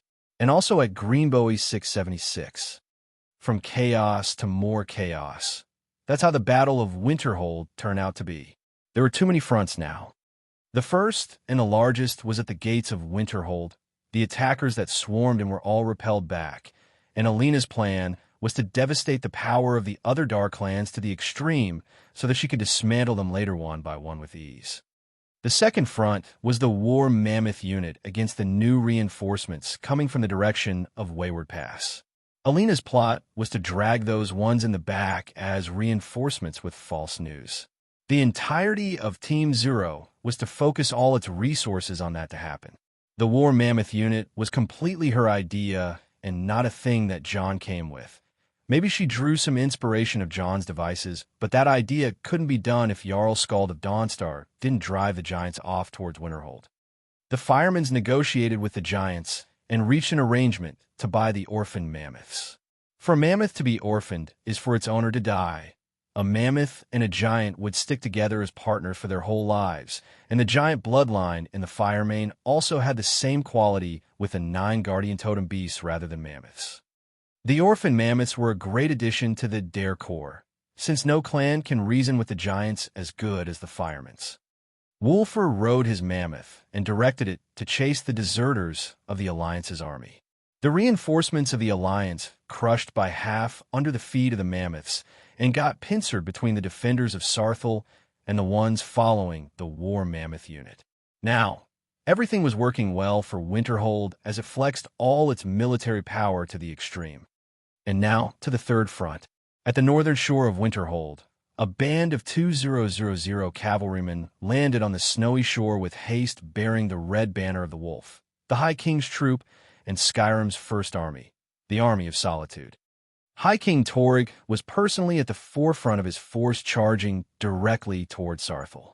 On his right was his housecarl Balgir Bearclaw, his court wizard Sybil Stentor, his thane Bryling, and his steward Falk Firebeard. The ride was moving swiftly to the east, wishing to catch a glimpse of Winterhold before it is too late. "Ahoy! Riders coming ahead," one of the scouts on the lead called. "Don't tell me, deserters from Winterhold?" Torg was ready for some bad news, but that seemed like the worst. The scout came back as fast as he could. "Looks like trouble. They are hostiles." These words weren't assuring which side was this is. The soldiers of any defeated army would turn into monsters pillaging and raiding any travelers on their way for the sake of provisions and loot to escape further. Ready for clash, Torg readied his men to face some resistance, hoping to capture one of those deserters and inquire about Winterhold. A few seconds later, runners appeared on the end of vision with a cloud of fine snow chasing them. The grim appearance on their faces and their screams made the hearts of the men of Solitude sink. Something was clearly wrong. Those who were swallowed by the cloud of fine snow gave off pitiful, dying shrieks accompanied by loud stomps. The horses grew restless as it approached, and the runners didn't even bother Winter Solitude's men. To their surprise, the cloud of fine snow stopped in front of them and started to settle. The powerful aura coming from it was surely something unnatural. What the men saw first were large curved tusks bearing scary marks and armed with large blades, each than a large trunk of a mammoth and a body of a full-grown one. The mammoth seemed to be in a foul mood, yet it stood its ground and groaned at the riders. It clearly wasn't considering them friendly. Well, who do we have here? If it isn't High King Torg himself. A voice called out to the High King from the mammoth's back. The idea was kind of unimaginable, but as soon as the people raised their heads, they saw a large man sitting on top of the mammoth's head. He was holding a large war pike and looked down at them with cold, murderous eyes. This is Wulfur of Winterhold, Thane Johnhild's right hand. Falk Firebeard was well informed with faces. "Greetings. We are amidst a battle, so didn't have the time to prepare a welcome parade. What brings the High King to our humble town?" Wulfur's language provoked the king's men greatly. Torg didn't mind Wulfur's hostility and replied, "We are here to aid Winterhold. 2,000 cavalrymen are with me." Wulfur nodded. John said that we might have some unexpected allies, but I didn't think solitude would be one. This way. Wulfr turned the mammoth the other way, but his words echoed deep in the king's head. John said, "Wait, you spoke with Thane Johnhild? Is he here?" Torrig rode forward right away. "You will see soon enough." The third front, where High King Torrig came to reinforce Winterhold, surprised Wulfr, but the bigger surprise was on the king's side. Winterhold was faring much better than he ever expected. Thane Johnhild Firemane may be officially the strongest man in Winterhold, but that only if people ignored the forces supporting him. He had the full backing of the Firemane as their son, and the Moonblades as their son-in-law, and the college as a great asset. This sure puts a few powerhouses on John's side. King Torrig's plan was to stop the bloodshed, but that was already too late, and anyone in the state of Winterhold won't hand over the victory they gained for negotiations. Right now, the best action was to calm down the vigor of Winterhold and get a grasp of how could they repel such an alliance away. A king's first duty, after all, is to balance all the forces to keep the ship afloat. South to King Torrig, the fourth front was much more active and bloody. Another unexpected reinforcements of another 2,000 cavalrymen came all the way through the Wayward Pass, chasing the reinforcements of the alliance, then diverted their direction and met face to face with the Thalmor forces that didn't budge off its place. Those riders were all Nordic raiders carrying the blue banner of the bear under the lead of none other than the most charismatic leader in Skyrim, Jarl Ulfric Stormcloak. Send those elves to oblivion. Skyrim's for the Nords. Somgard, taking advantage of the high ground to empower their charge. The Nord raiders descended on the elves out of nowhere. Nords, kill them. Filthy humans. Your kind will be eradicated. One had to hand it down for the high elven warriors of Somerset. Each and every one of them was a fierce combatant with many years of experience. Unlike the humans who had the quantity, the high elves had the quality. They coped with the situation right away. Shields, swords, and spells were what the elves usually fought with, all in light plate elven armor, giving them the edge over all manners of battlefields. The elves valued their life and always pursued immortality. Their lives were what mattered above all else, so when the Nords wore padded armor and reinforced armor with a little to do with plates, the elves were always fully equipped. The shock charge of Ulfric Stormcloak was absorbed right away. Still, if there is someone who can deal with the elves on every situation, this man should be none other than Ulfric Stormcloak. Fussarodai, Jarl Ulfric shouted the elves in his way, making a large hole in their force, and pushing the charge forward, once again reaching another climax. There was an old guide in cheap armor right behind Ulfric. This man had a katana blade to his side and kept his eyes narrowed as he checked through the Thalmor force. Once his eyes landed on a rogue justiciar, he jumped off his horse and moved at a speed unimaginable to his age, reaching the side of the justiciar in a second, beheading him right away. Elvish dogs. They always die fast. Ulfric's horse stopped beside the man, and Ulfric looked at him, smiling wryly. They die fast because you kill them like that. Seems like age hasn't caught up to your touch at all. Fuldheim the Fearless. Bah, leave me to my killing, lad, and I'll leave you to yours. Didn't you have some grudge to settle? Fuldheim cussed at Ulfric and moved like a phantom once again. Aye, Ulfric said as he looked deep into the Thalmor camp. There were 11 exceptionally powerful auras behind the force, yet in a certain tent, there were two. One of them was very familiar to Ulfric. Elenwen, roll over here. Ulfric called for Elenwen with strong resentment.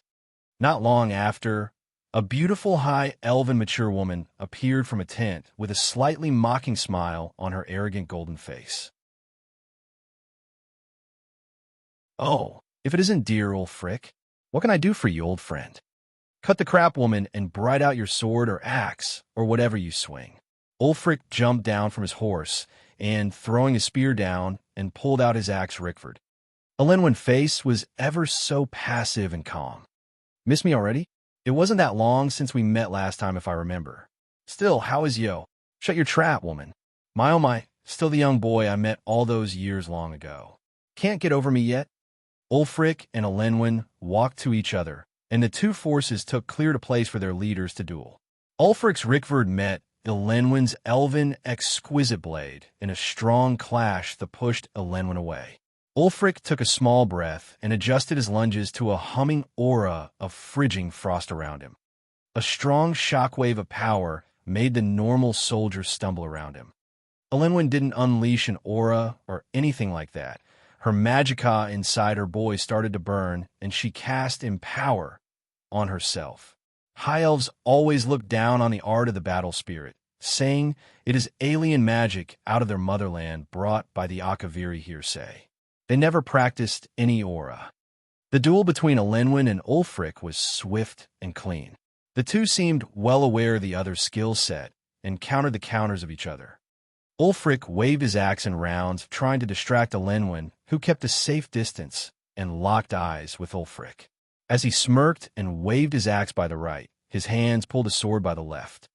Elenwen merely stepped out of range, but Ulfric's aura chased her as if the blades had auras of its own. She, however, merely cast a ward to block it cleanly. Ulfric's foot was dug in the snow, and with a kick, the soft snow flew upwards towards Elenwen's face. Her expressions looked natural, but Ulfric could detect her annoyance and urgency. As long as I keep you dogs away from Sarthel, there is no danger on the city, as it seemed. Don't overestimate yourself, my dear. We don't need to march at Winterhold whatsoever. Oh, really? You are here hunting those mammoth or something? Haha, you seem as surprised as us. Winterhold has no actual power to speak of other than their advanced magical technology. In the face of 10 arch-wizards, do you think that will mean anything? 10? Come on, dear. You know the drill. Let the Nords kill each other, and the rest will be ours to scrap. Isn't that what you people are good at? Ulfric seemed annoyed by the fact. 10 arch-wizards from the Dominion was something that he failed to foresee. Now there's some real trouble. If it is him alone, he can face one arch-wizard all for himself, which is Elenwen. Calculating how many masters in Winterhold, only few can stop the rest of the 9. It seems that the battle on Sarthel's Gate is almost over too. Look at those Nords riding mammoths like the savages they are.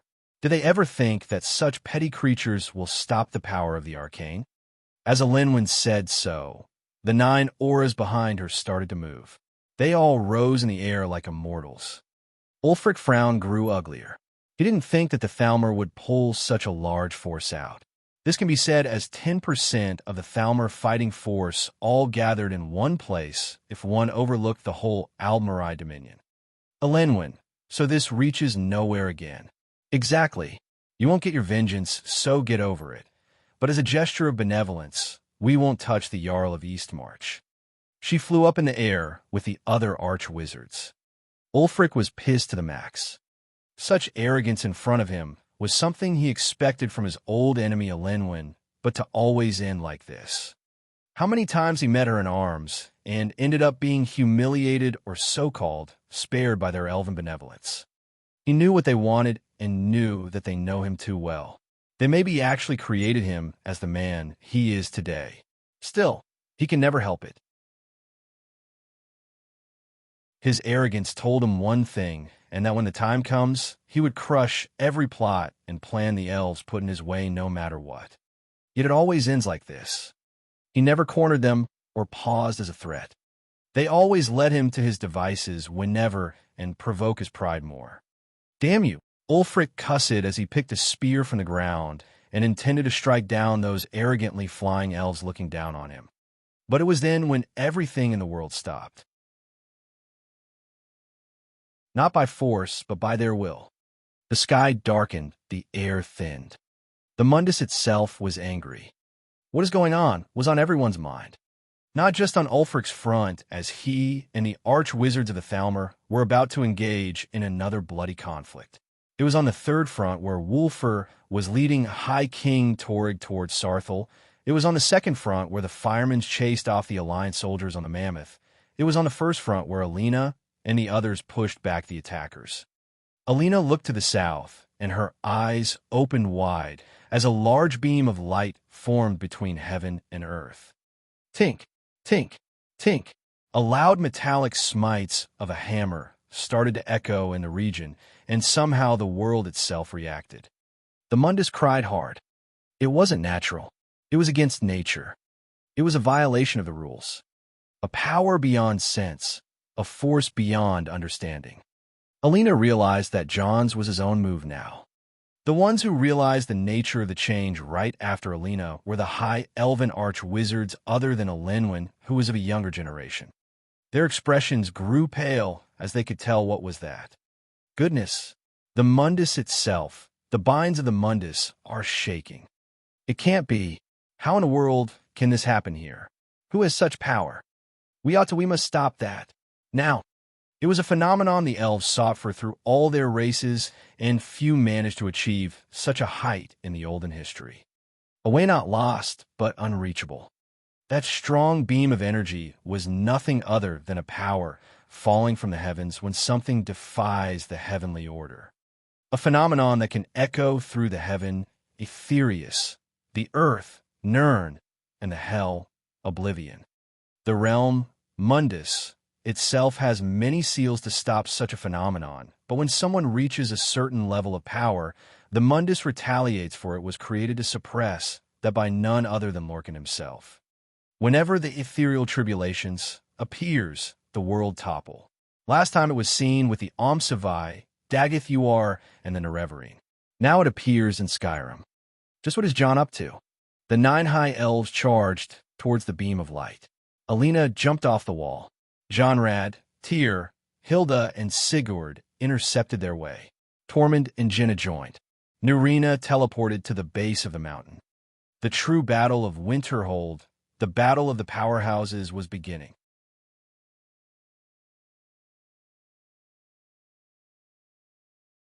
Chapter 391, The Battle of Winterhold, 8 and 9.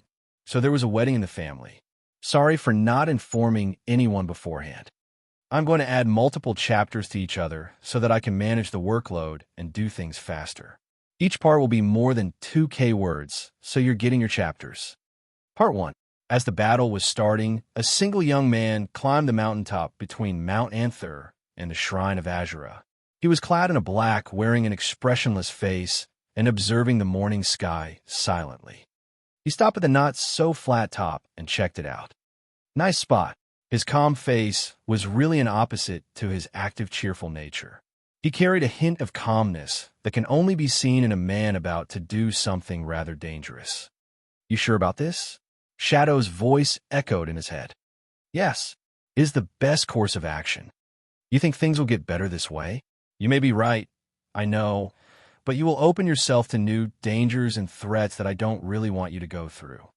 Don't worry, I have preparations, John said as he turned to the shrine of Azura's direction. And friends in high places. You trust Azura? You trust her. I'm a different story. Trust is not the word I'd pick anyway. I trust that she is true to her desires, and it would be a good distraction until the time comes. You said yourself, after today, everything will change. I wish you luck then. John nodded and looked far to Sarthel. His thoughts varied between his lovers, his family, and his accomplishments. All the eggs important to him are all gathered in that one basket. Nefertiti, Odakuro, Zykel. He called for 3 names. The first appeared on his shoulder as a black cat. The second was a large-boned samurai, and the third was a gigantic being with the appearance of an extremely black, evil WRM, or rather, a Daedric Titan. Human, Master, mortal. John didn't turn to any one of the 3 and spoke after a long breath. Zykel, fitting your new body. Yes, mortal. I feel much better compared to last time. I learned how to keep this body flying now. Pathetic. Nefertiti cussed at him. Tisk, Zykel, who became a Daedric Titan, glared at her. She only spoke my mind. John said, Oh, the Daedric Titan started to shrink in a gloomy mood. Listen very well. I want you to go down there and keep yourself hidden between mountains. Your job is to protect the commander of Winterhold's forces, my woman Alina. Consider it done, mortal. Zykel stood up with his Daedric Titan body and started walking down the path. Use your wings, dimwit, John shouted. Oh yes. Zykel stood still for a while before figuring out how to use his wings again. Are you sure about that idiot, Human? Nefertiti asked. Despite the fact that the one on the wheel is a dimwit, he has the body of a Daedric Titan, just like giving a baby the body of a muscular adult. Expect him to smash things too well. Also, it will take him a while to figure out himself after going through that experience. Being reborn is nothing easy. Of course, Human should know best. Enough with wasting time, let's get to it. John took out 2 items from the cube. They were the Elder's Staff, Pride, and Greed. He used Pride to make the atmosphere on the peak a bit foggy and handed it to Nefertiti and also gave her the cube. He then reshaped Greed into an anvil and made Wrath fix it to the ground. The 5 of us, Greed, Wrath, Pride, Nefertiti, and I, are all connected with soul. Nefertiti and I by a mystic connection, so I see her as equal, while the sins are what I enchanted with parts of my very living soul. So I see them as my extension. The following process is going to cause a large change to the 5 of us, but it will be temporary. Even though I don't need any consent from you all, I want our will to become stronger as parts of me and extensions of my will. John gave a ceremonial speech just to put his heart and mind to it, but the others started to express their opinions. Wrath's eyes started to gleam in red more and more, conveying his fired-up state of mind by a hearty roar. Pride shone in golden glimmer, expressing its high and mighty nature. Greed quivered and shook, ready to take all that John will give him, as long as the change doesn't touch my royal fluff. Nefertiti changed in her child form and said so. Huh, that's assuring. John laughed. He then looked at Nefertiti and spoke. Let's get right with it. She manipulated the cube and took out an item, which was Wraithgord. John put the single Dwemer gauntlet on his right. The next items were both Sunder and Keening, which went to the right and left hand. John looked at the 3 artifacts that were some of the finest things ever made by the lost race of the dwarves. With a swift move, John smote with Sunder on Greed. Tink! A loud metallic sound echoed through the place. Damn! John exclaimed. Looks like Greed loves it. Pride increased the power of the fog spell around us and not let a sound out. The Elder Staff did what John wanted and made the area completely covered in mist and blocked all sounds from leaking out. Nefertiti, when I give the signal, starting passing those things to me. Okay, whenever you're ready. John closed his eyes and calmed his state of mind for a second, then opened his eyes again and nodded. Now, as soon as he said that, Nefertiti took out an item and put it on the anvil of Greed. Without any more waiting, John smote with Sunder on that item. A cloud of red energy overflowed in the surroundings and started to make anomalies happen in the space, like red lightning cracks forming out of nowhere and strange shapes and wills in the red cloud struggling with each other, and even voices were heard through the red cloud. The item Nefertiti took out was a heartstone, one of those ones that could be mined from Solstheim. Heartstones are pieces of the Red Mountain that carry some residual power from the heart of Lorcan, the world-grade artifact that got the Red Mountain formed around it. Heartstones are merely some earth stained with power from the heart of Lorcan. John knew that for a fact, and he could never break those heartstones to cultivate from them directly. Now, with the power of Sunder, a specific amount of energy entered the stone, trapping the energy, and chased the energy of the heart out. John switched from Sunder to Keening and passed the blade through that red cloud, causing it to react to the dagger's blade. The energy cloud was flayed by Keening. Ark! John groaned as he felt something sweet coming through his throat. The energy of the Heartstone was passed through Keening to Wraithgard, which absorbed the wild effect of the energy and let the pure power flow into John's channels. John could stand no more and fell on his knees with his teeth clenching to each other, about to break from the pain. Nefertiti almost panicked, but she looked at Odakuro, and with her will, it supported John up as she took out a bar of wood and stuck it between John's teeth. You can't stop now, Human. If you stop, everything is lost. As she said so, some sense returned back to John, and he struggled to keep himself standing. He looked at her with a pale face. His body was burning up from the outside and freezing from the inside. His soul was in a very active state as it got a large and violent amount of that alien energy that came all at once. He felt he was being torn apart by an invisible hand, but he couldn't say a word. After all, this was all his idea. He had a plan, and he must stick to it to the very end, or everything will truly be all to waste. What he is doing now is not some sort of cultivating, even though it followed the same principle. It was something much more different and way more violent. Nefertiti took out another heartstone, and John looked at it bitterly. He reluctantly smote with Sunder once again and flayed the energy with Keening. This time, his whole arm became numb, and he could barely move it. With the third heartstone, John couldn't endure his own clothes. He was dressed in some thick winter clothing with a large armored girdle belt. John let out some of that energy out, and the clothes on his body all exploded away, leaving only the armored girdle belt. His damaged body was exposed half pale, half normal, even though his muscles were still in good shape. He looked like one of them barbarian warriors in that girdle, which had some cloth still hanging to it. Tink, tink, tink. With each smite, John was withering in pain and suffering. It kept going for maybe 2 hours straight as he ground too many heartstone, and his face was carrying some serious hints of tiredness. Just as he was about to stagger and fall once again, he felt a sudden change. The energy he accumulated were too much to be trapped in by one mortal soul. John was about to puke blood from the pain. That pain, however, stopped as he felt a different feeling surrounding him. The world was rejecting to let him gain more energy than what he already gained. Finally, it was what he aimed for all along, the point of violation to the rules of the Mundus. One more step forward only meant that the world will retaliate for sure, no matter if John was one of those paragon breed mortals called the heroes or not. John finally could put on a wide grin as he waved Sunder at the last heartstone put in front of him. Tink. It was then the energy John accumulated was too much and too wild. The Mundus had a lot of binds to stop such an event from happening, as it is the way Lorcan and Magnus designed it to be. The sky darkened.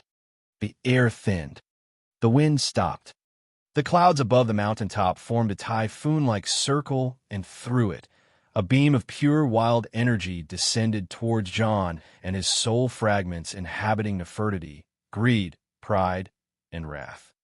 The energy beam broke through the world without touching anything with harm, but that wasn't the situation towards John and his soul fragments.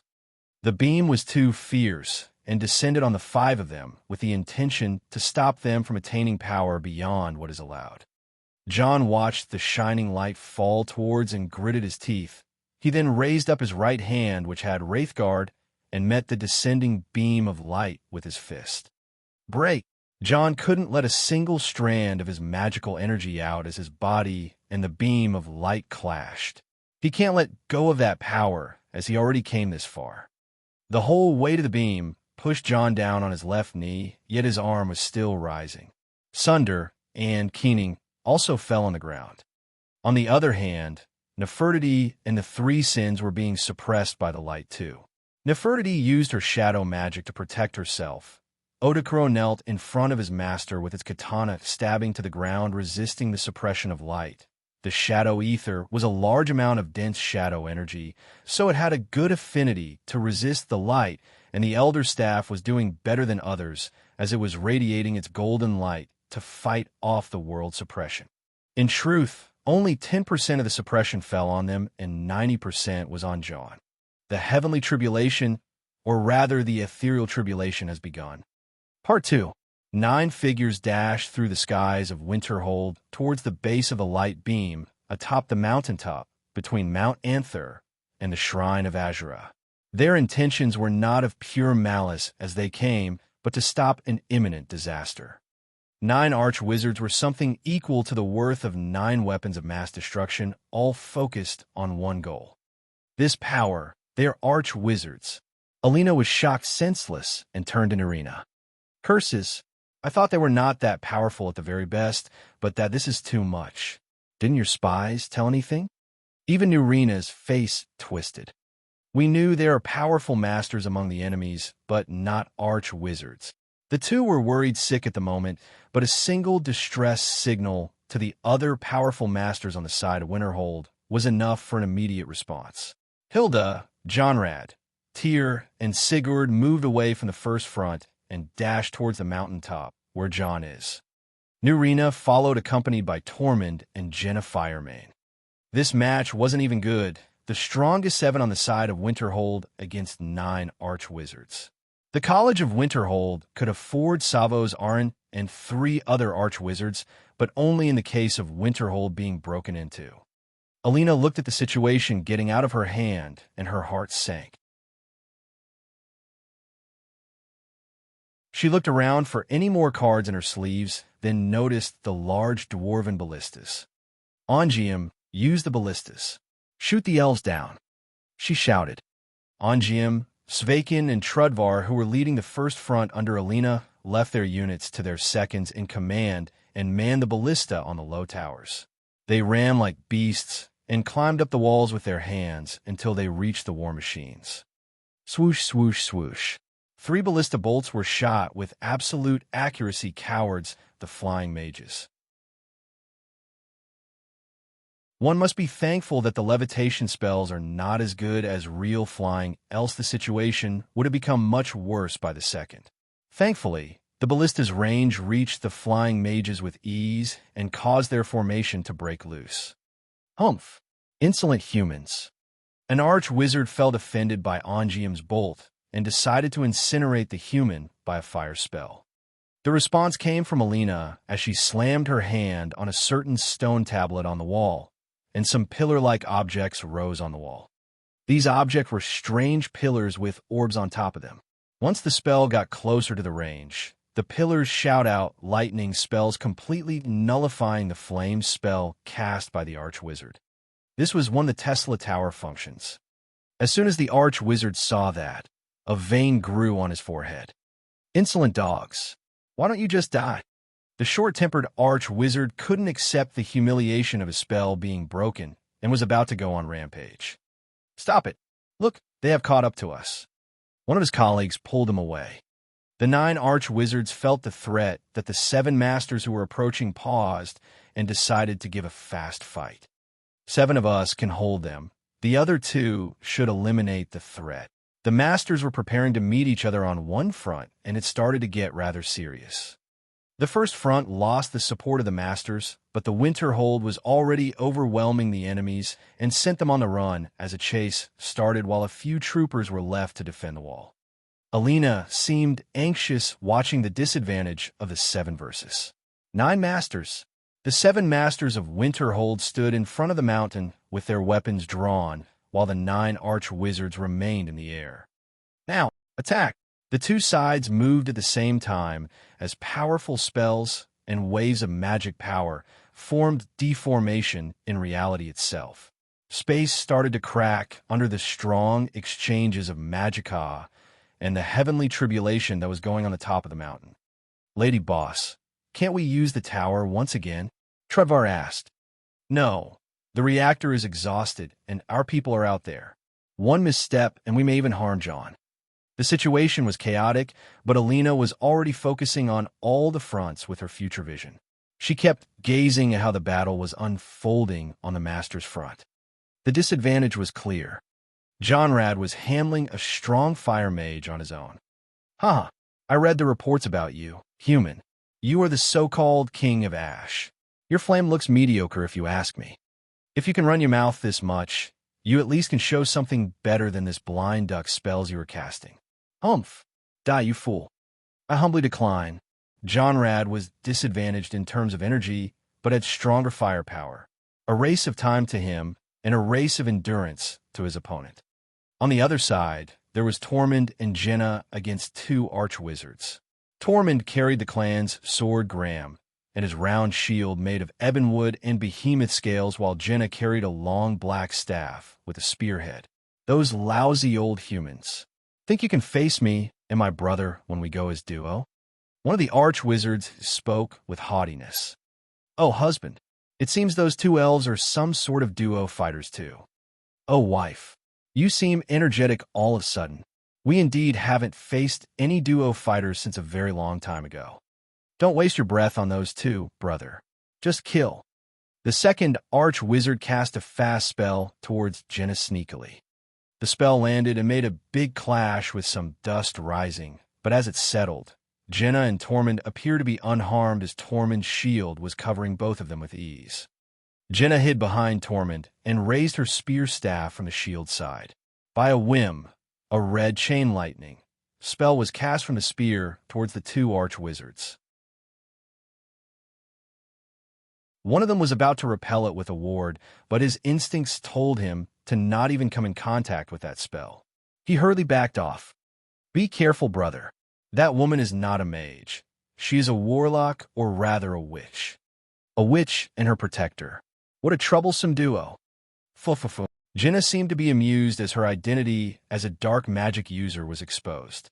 Tormund gave a tired sigh as he prepared to tank for his wife as she attacks. On another side, Tyr was fighting silently with another arch-wizard.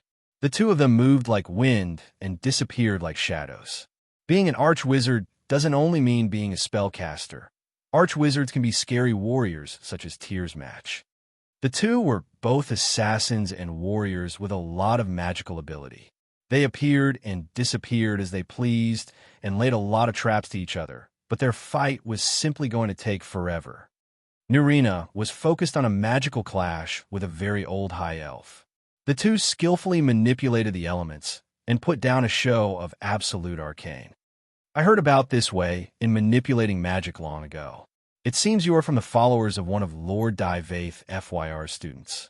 How strange to see one of you here, or rather, how not strange. Is that an insult? No, not at all. You dark elves are travelers by nature, and Lord Divaith FYR is one of the best travelers, if not the best known on Nirn. Sadly, we don't see eye to eye, and who am I to voice an opinion against the Grand Archmagus of this realm? A resentment against Grandmaster Divaith, then. How unexpected. Well, the unexpected thing is to see a girl like you from a great line of mages taking a cursed human child as her student and child, linking such a troublesome kid to the great line of Divaith FYR students. This child is getting scarier by the second. Don't talk about John, dying old thing. Fufufu. As Nurina was exchanging insults calmly with her old opponent. A reckless fight was happening on the other side. Shit, how can that woman jump the far? Don't ask me. You two need to just get away from here. 3 arch-wizards were locked down by Hilda on her own. The Bloody Hilda, famed for her bloodthirsty fighting style, was akin to a Death Reaper on the field. She moved in a red beeline formed by her aura and hair, then struck down with her axe towards the elves. 2 of the 3 were supposed to sneak towards John's location, but Hilda was fixed on making them run around like a lioness chasing a herd of animals. Leave that crazy woman to me. You take the long turn. One of the mages said as he started to cast many illusions everywhere. Numerous clones of him appeared all around Hilda, and all moved around at the same time. Hilda stopped and looked around, but she wasn't any good with magic, so she couldn't tell illusion from reality. Still, it was all the same. Die, you bastards. She waved her axe in a whirlwind style, annihilating all the clones 4 meters around her. She then looked around and jumped up high, landing on a certain clone. Found you. I can smell your fear. She waved her axe down to behead the elf, but the clone turned into nothing once it got killed. Please, woman, give an archwizard some credit. Whatever clone it is, I can be it. Even if you find me, I can still move to another clone. The elf said as he tried to make her mind get jumbled with magic for her to lose vision. Once he made sure that her senses are disabled, he and the clones attacked with daggers all at the same time. As Hilda was about to get stabbed in all her vitals, she turned around so fast, facing the right elf clone with an expressionless face. The elf was too close to Hilda, and he instantly panicked. He jumped away and hid among his clones once again. A strange cold feeling appeared on the side of his neck, and he touched it to check. He found a thin line of blood coming from a scratch on his neck. Looking back at Hilda again, he found a small knife in her hand. What kind of monster is she? He was as close to death to the point that he felt a strange thrill of danger invading his thoughts. This battle can't be easily decided, as the two were the worst match of each other. Sigurd Moonblade was standing silently facing another arch-wizard. The two moved not a step or utter not a word as they kept looking at each other still. The two looked very exhausted. This wasn't a normal battle, as it seemed the two were fighting mentally. When mages and warriors reach a certain level of experience, they can completely invade their opponent's thoughts and pry on their moves. The two were like that, fighting a battle that cannot be seen or happen, an endless struggle conflicting tactics. The 7 fighters on each side put their all in a duel of life and death, pushing and pulling the boundaries of their fighting styles to cope with the excellently matched or badly matched opponents. Amidst the fight, 2 of the 9 arch-wizards managed to sneak away from the intercepting forces. We can't waste time. Once we get rid of the threat, we should come back and annihilate those opponents. Let's hurry then. They were charging towards the peak where John was as fast as they could, but unknown to them, another opponent was drawing nearer. 2 gleaming blades fell from the sky towards the 2 arch-wizards. Soul Render and Blood Scythe were down to claim lives, but the arch-wizards dodged with ease. What now? One of them spoke annoyingly. To the side, a flying creature was approaching, and on its back, a girl with long black hair and red angry eyes. Her long, beautiful face froze the air in the lungs for a second, but the old arch-wizards were not easily swayed. It is that human girl. Prepare the protection spell. In front of Alina, who rendered an arch-wizard to the ground with only her angry stare. The rest can't be careless anymore. 2. Water screen. Ward spells formed in front of the wizards to block any other stare from Alina. Lochther maneuver. Alina said as she took out a lever-action crossbow with anti-magic bolts. Wicked girl. Trickster. The 2 elves wouldn't want to come in contact with those bolts. They were strong, but anti-magic enchantments would take a lot of magicka to dispelled. Alina shot a few bolts as Lochther circled around the arch-wizards, who kept dodging. Get that griffin. We need to capture such a rare breed, and that girl too. The 2 arch-wizards were not even pressured by someone with Alina's level. Her actions were merely child's play to them. One of them cast telekinesis and forced Lochther down carefully while the other tried to cast Paralyze on Alina midair. Fat chance. Alina abandoned Lochther and jumped on her own, pulling her swords back with telekinesis. Without any delay, her inner casting technique started working on Frost Steps spell. Icicles of frost appeared midair as she stepped on them, dodging any hostile spell on her own. Damn, she has skill. The male arch-wizard admired Alina's movements. To shoot her down before she used those cursed eyes, the female arch-wizard cussed at him as she started to bind Lochther down. Alina approached the mage with haste, putting the strength of her frost aura in her arms and waving her swords horizontally. The male arch-wizard simply waved his left hand and deflected the energy of her 2 blades on her, causing the swords to break away from her hands, and stretched his other hand to hold her from her head. Haha, be a good girl and come now. As a disgusting smile appeared on his face, Alina was already planning ahead. Her foot was right close to the arch-wizard, and somehow managed to print a rune spell onto the elf's feet. He noticed, but it was already too late. The spell wasn't anything fancy. To hide the lethality of the rune, Alina used a simple teleportation spell that switched places between her and the male arch-wizard. Wait! He tried to look back hurriedly, but Alina was driving her kick in the man's groans. Arch-wizard nuts are still nuts, bastard. Using a vulgar language wasn't something Alina would do, but the situation called for it. As she managed to put the male arch-wizard down, she was assaulted by an angry female arch-wizard who jumped on her and tried to kill her barehanded. You bitch!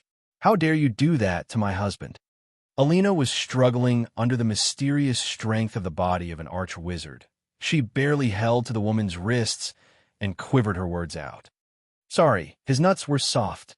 John has bigger nuts. You crazy human bitch. Those were my husband's nuts. I'll make you wear them around your severed neck.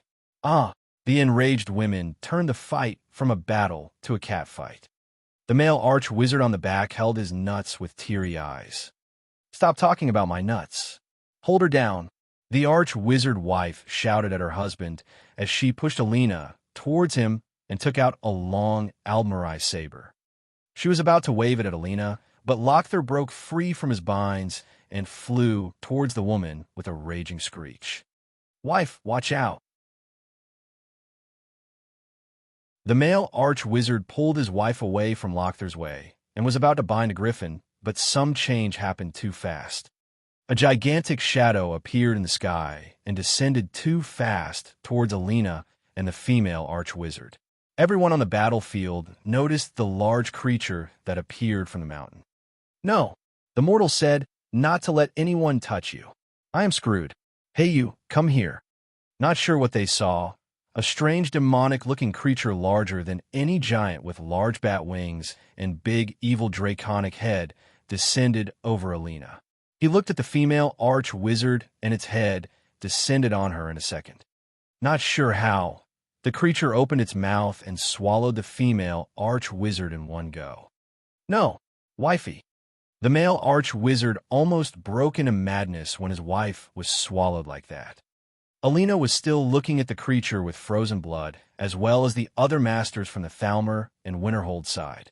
Oblivion, even Ulfric Stormcloak and Elenwen, who were battling to the west, saw the large creature and seized their action immediately. Well, I'll be damned.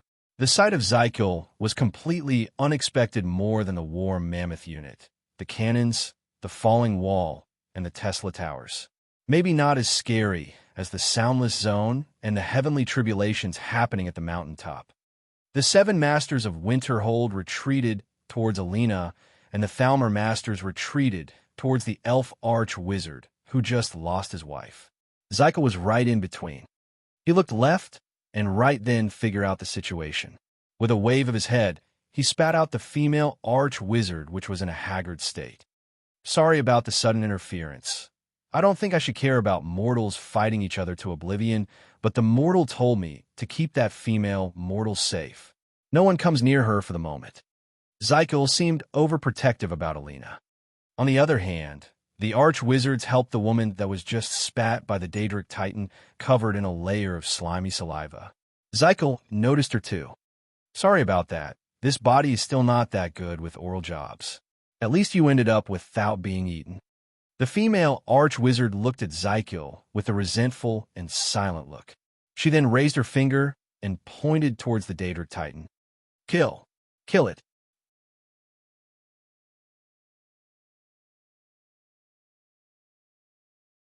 Chapter 392, Above Mundus. Important. The following content is partially a fan fiction, but based on my own speculations and a lot of unlicensed content written by former writers to the Elder Scrolls series. Some content is also completely made up from the bone, but at least based on some thin lore. Enjoy Heartsuit. Whoa, look at that. Showered by the beam of ethereal light, John's body withstood the suppression of the Mundus by its sheer willpower while his consciousness traveled to another place. It was completely unexpected and unforeseen, but it was a welcome change in events. John kept looking around and smiled wryly. So, the ethereal tribulations are not just about suppressing the soul from gaining enough energy, but also to test the mind. This is brilliant. The wisdom of Lorcan Shore is vast. In mere 4 years, John hoarded enough magic and knowledge to rival many great names in the history of this world, and now he reached a certain step that was really breathtaking. Realizations arrived one after the other, and many secrets of the world started to reveal itself to him. He broke the taboo and now ate the forbidden fruit, the knowledge and wisdom that formed the essence of the binds of the Mundus. The creation started with the counterparts Anu and Padme, whose souls are Anwiel and Sidhis, and their offspring were Oriel and Lorcan, and by the existence of time, others came forth. Now, that elvish creation myth not far from the truth if one put away all the discriminations against Lorcan and the original spirits that followed him, but there were lost traces of the story that John could pick from where he stands. The original spirits were all powerful, terrible, and mighty. Born with such powers, they shouldn't have deserved it from the beginning. Lorcan's scheme was to put them in the prison of mortality, known as the Mundus, and rather than being immortals, they could be mortals and have offspring of their own, which may be better than their predecessors, and gain the wisdom through growing from weakness. And thus, the original spirits were trapped. The Mundus had many seals. Some were to suppress the energy or to set the power limit, while others were to set the mental limit all place to make the perfect trials of the royalty. Why a Daedric prince was called a prince after all? The way of the royalty is the way to ascend from the Mundus and an immortal spirit. By Chim, by Amaranth, by all the known way walking methods, or even meditating the way, one can find a way to ascend the tower. One must understand many concepts and look through many angles at things. As such, the scene in front of John right now. He was standing among the stars. Atop of him was nothing but the dark space illuminated by those small dots. Beneath his feet, there's a large globe of blue oceans, large continents, and white clouds. On the near distance, there were 2 moons, and on the far distance, there was a sun surrounded by 9 globes, including the one beneath his feet. Such a thing, it makes sense, but it doesn't. Beneath his feet was Nirn, a planet that took the same position of Earth in the solar system with other planets known by the names of the 9 imperial divines going around the sun. This scene is not an illusion or some sort of dream. This is John's astral projection reaching a height never recorded or passed down, showing the real truth of the world. Not what was always passed down as a Nirn in the center with every planet at the sun going around it. Not the rumored hub of the wheel as it was passed down. It was just another dull planet. But was it really the case?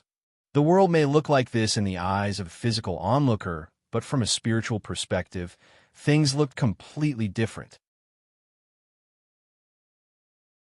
The Eye of Magicka, a spell John learned in the depth of Divaith FYR's dungeon that let him take a glimpse at what lies beyond nature, was the key spell to take a good look at the true shape of the world. John closed his eyes and opened the third, which appeared like the insignia of an eye on his forehead. The scene was completely different. It was now the Nirn in the center and all going around it. I see. Ha ha ha. How smart. The world wasn't just as it was told to us. Just like a mortal, there were 2 versions of reality, the physical world and the metaphysical world. The physical world followed the rules of physics and astronomy, being shaped as a complete world based on an ideal cosmological basis. The metaphysical world was a different look to the world based on its spiritual structure, a knowledge that could be considered part of the secret of transcending. John's understanding of the case was swift and simple. He thought of it as radio frequency. Reality formed by time and space also has frequencies, and changing how the perception receives the signals of these frequencies is the secret of how to see the physical world and the metaphysical world. Why no one has never found out about this? Who said no one knew? It is just not necessary to tell. Magic is what mattered, and as far as magic was concerned, the metaphysical world is what mattered. Now, to break the rules of the Mundus, one must be strong enough to do so and resist the world's suppression, but that's merely the first step. When Lorcan created the Mundus, he put limits and trials to those who want to return back to the immortal plane, and now was the mind trial.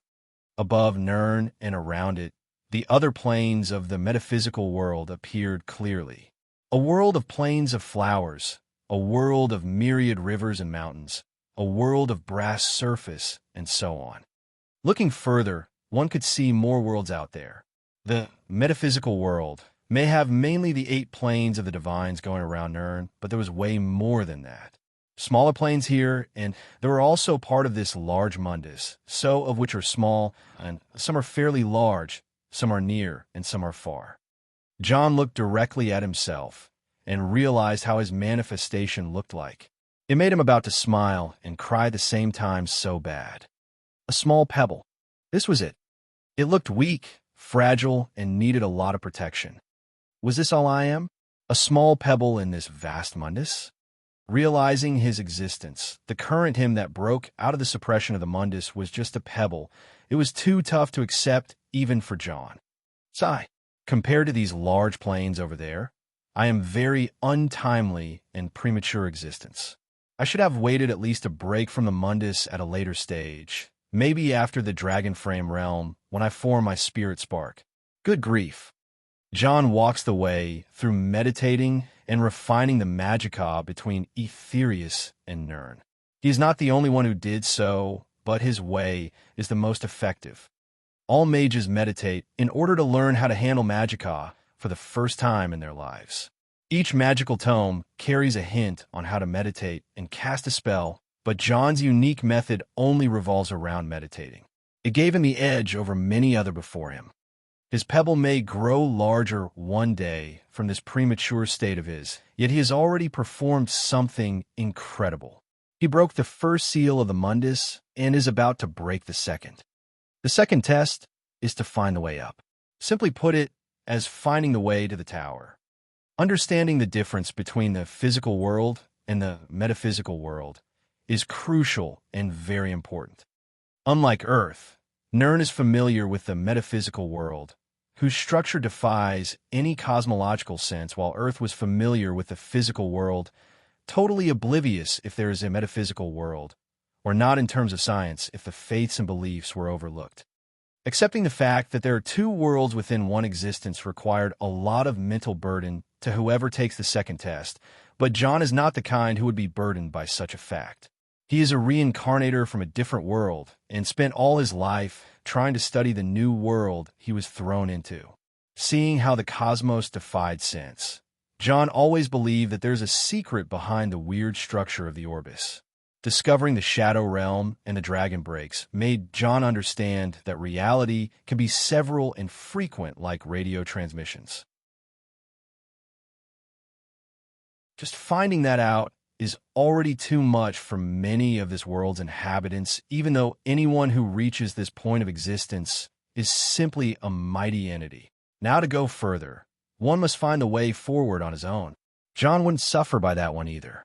He looked at Nirn, understanding it is the center of the mundus, which is the hub of the Orbis. He turned around his pebble body freely and realized that he can move to some extent.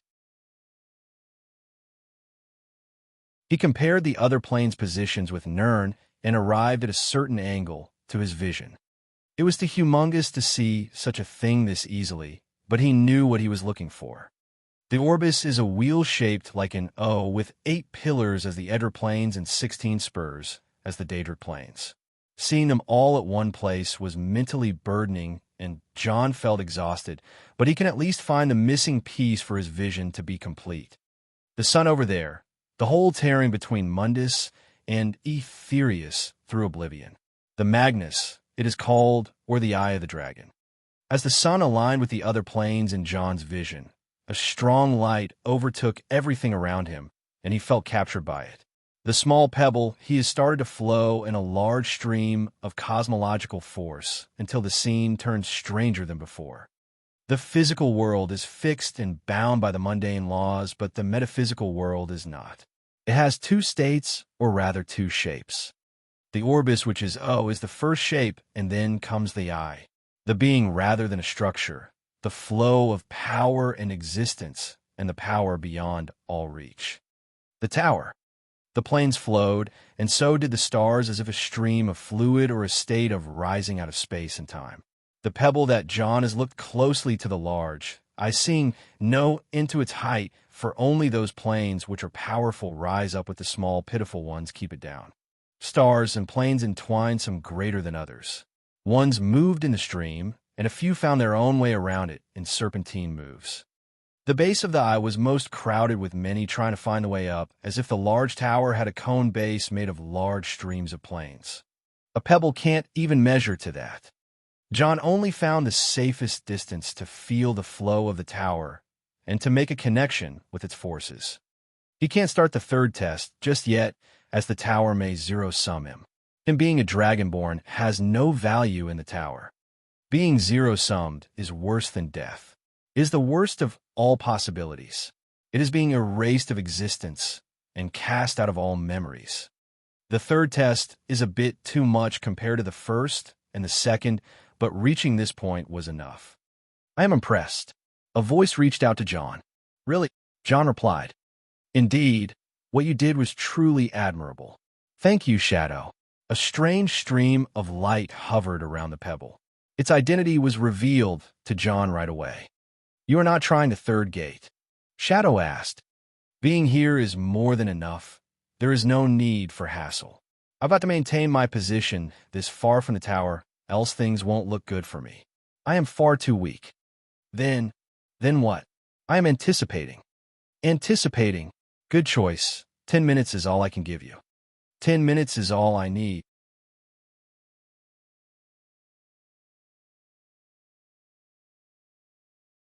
Chapter 393, Demigod. A lot of thanks to Derek Palm. He gets a ticket to Sovngarde. Winterhold's defenders overtook the northern field, and their axes and spears with shields formations were too fierce and viscous.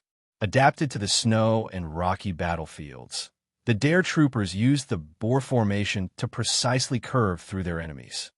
In the south, where the attackers were rendered to defend themselves by the war mammoth unit, the Dare troopers used the testudo formation of the Imperial Legion, aka tortoise formation, with large wooden tower shields and javelins to strike the trapped attackers from various sides using the advantage of the high ground. The battle, of course, took a little pause with the strange beam of light from the south of Winterhold reaching between Etherius and Nirn, but when the masters of both sides moved to battle each other, the situation turned into a slaughterhouse once again. The chasing team returned to lock the west of the battlefield this time, with 2,000 fresh cavalrymen from Solitude under the lead of High King Torg himself. Your Grace, I don't think this situation can be resolved with peace anymore. This is a killing zone. Falk Firebeard stated. I was told to handle the powerful mages, but 10 elven archwizards is a bit too much for even me. Sybil Stentor said, supporting Falk's opinion. Mammoths, a large army, battle formations, magic weapons, and that beam going in the sky. Was Winterhold preparing this all along? Their numbers might reach 10,000 by the looks of it, and they're not even pressured. Do they really need our help? Valgir Bearclaw, Torig's housecarl, spoke. Look, even Ulfric Stormcloak and his goons are here. Falk added. By his smear.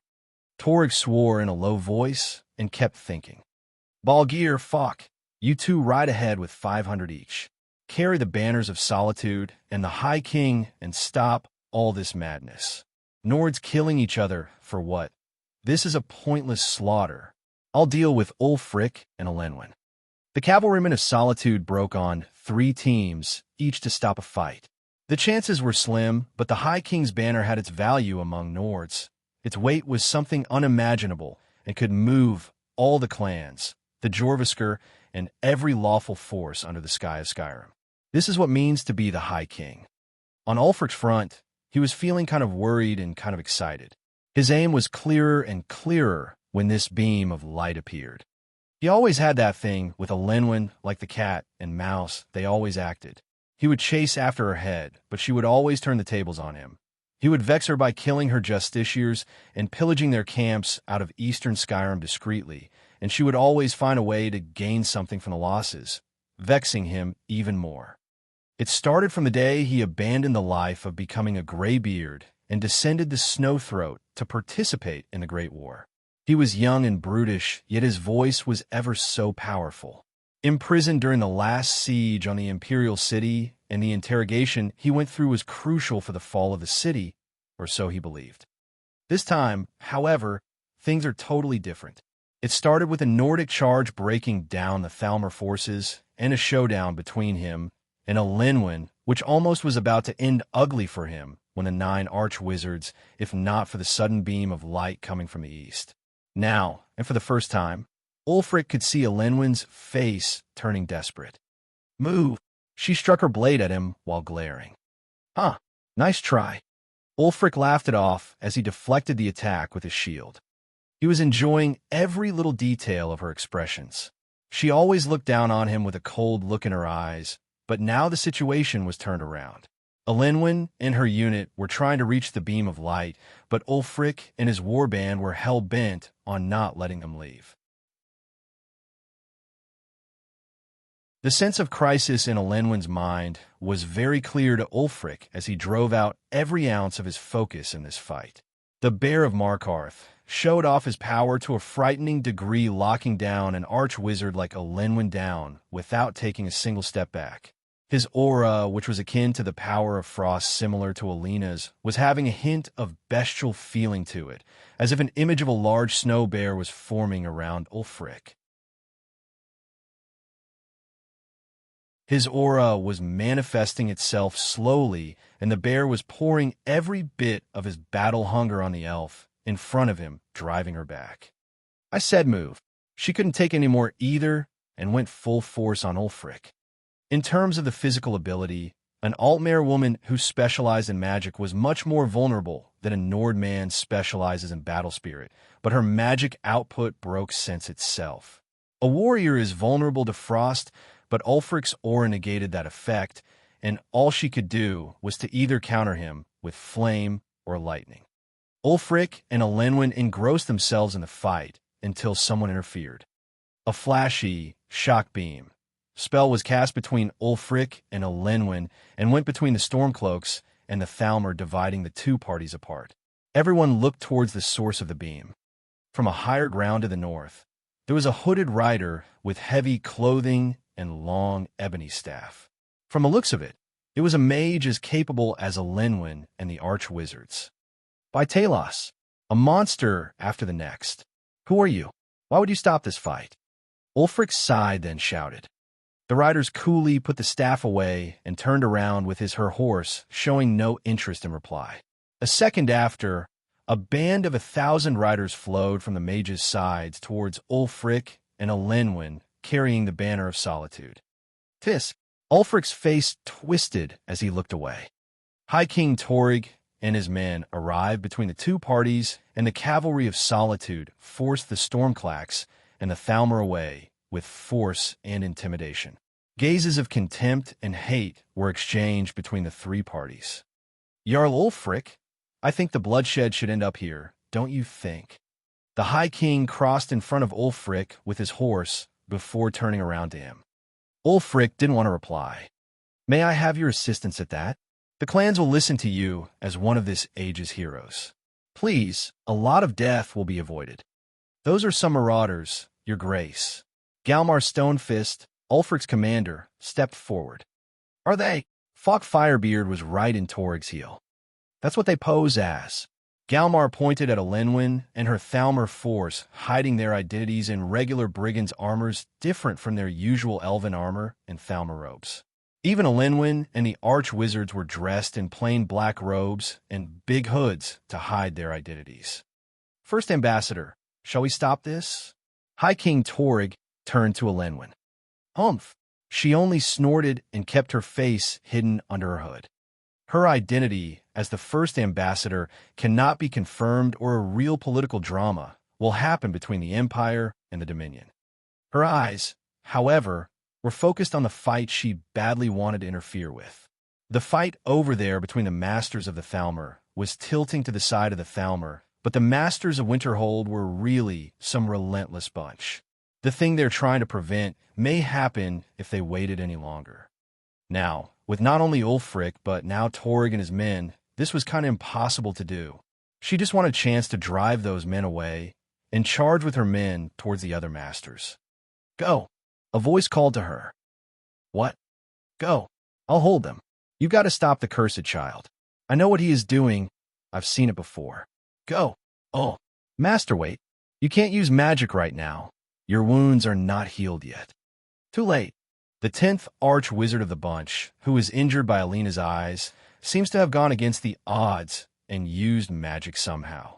She was now going to do something to aid her apprentice, Elenwen. But Master, not buts, through the north. Now, oh, Elenwen moved by instincts and headed to the north. On the south, near the foothills of Mount Anther, an avalanche started to occur. What? Stop her. Ulfric called. Wait. Torg wanted to stop the reckless action as soon as possible. From the north, the enemies were on the run, and from the south, big masses of snow were falling from the mountain. Damn it. Fuss Aroda.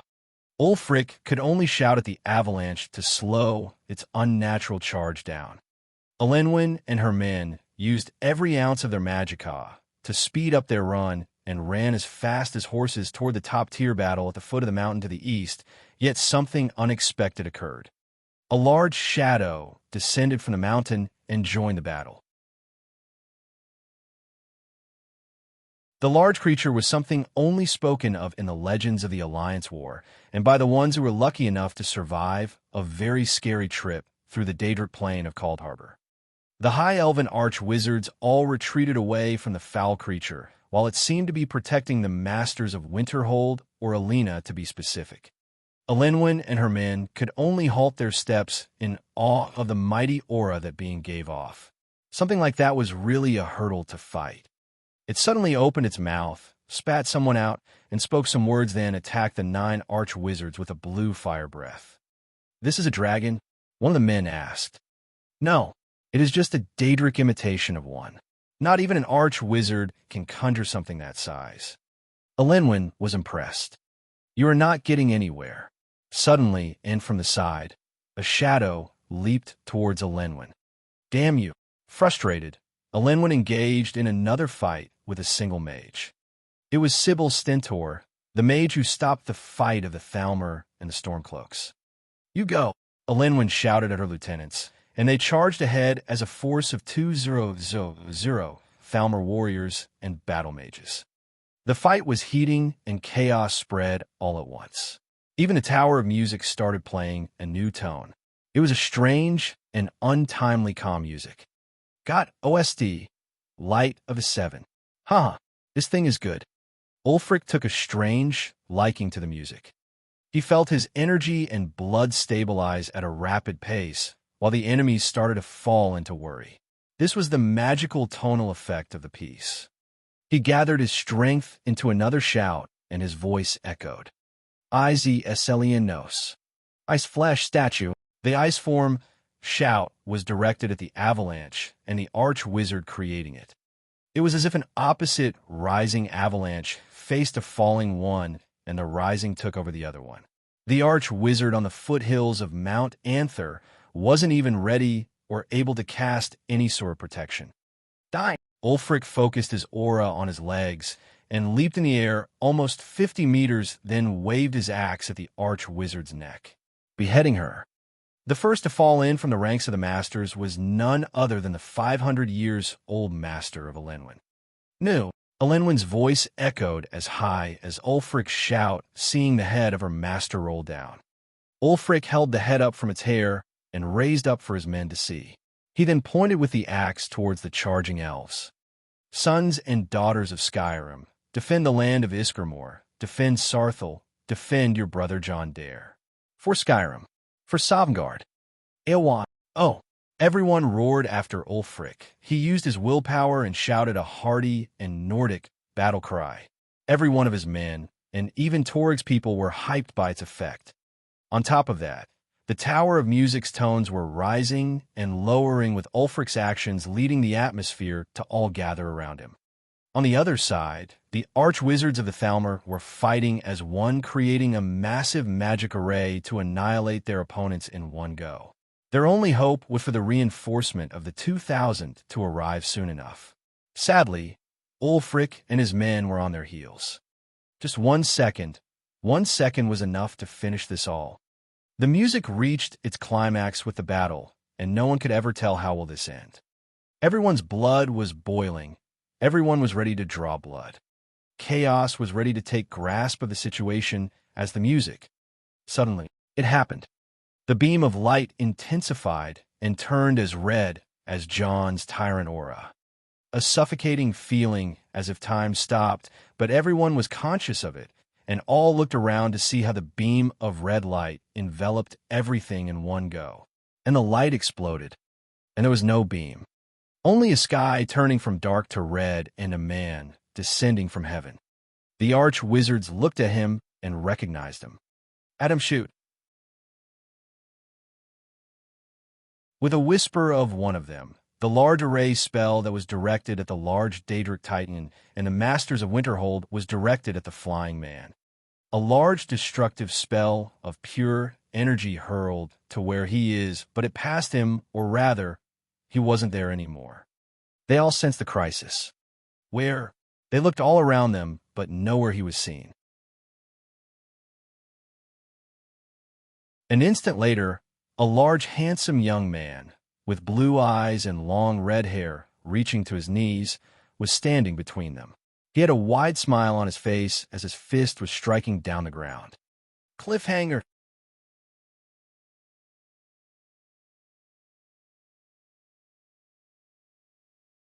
Chapter 394, Battle End 1, Blade of Slaughter. Bonus chapter before the reset comes to you by Derek Palm. A strong shockwave formed from just one single punch on the ground. The arch-wizard were scattered in every direction right away and lost the advantage of forming an array. Still, none of them are badly injured thanks to the top-tier treasures and artifacts they have on them, as well as their long years of experience in battle. Still, as far as they could tell when they looked at John, this is something out of the ordinary. The cloud of dust and snow settled as a large crack appeared on the ground with John standing in the middle. His appearance reflected a great deal of the experience he has been through. He was only in a large armored girdle covering his waist, as if he is one of those warrior heroes of old. The feeling around him was mystic and profound to the extreme, and he had a sure grip of the power in his hands. He looked at everything once at the same time, and all fell in awe of the unfathomable depth he saw in his eyes. Every bit of energy settled down, as if a large sea of calm, unmoving water. That was simply no longer immortal. The ones who realized it all were the arch-wizards. They saw it before not too far from Winterhold. 200 miles and years ago to the east of Winterhold, there lies the kingdom of Morrowind beyond the Velothai Mountains. Those arch-wizards were once envoys to such a place where 3 living god kings ruled over the kingdom along with its legitimate mortal rulers. These were the Almsi-6, Almalexia, Vivek, and Sothis Sil.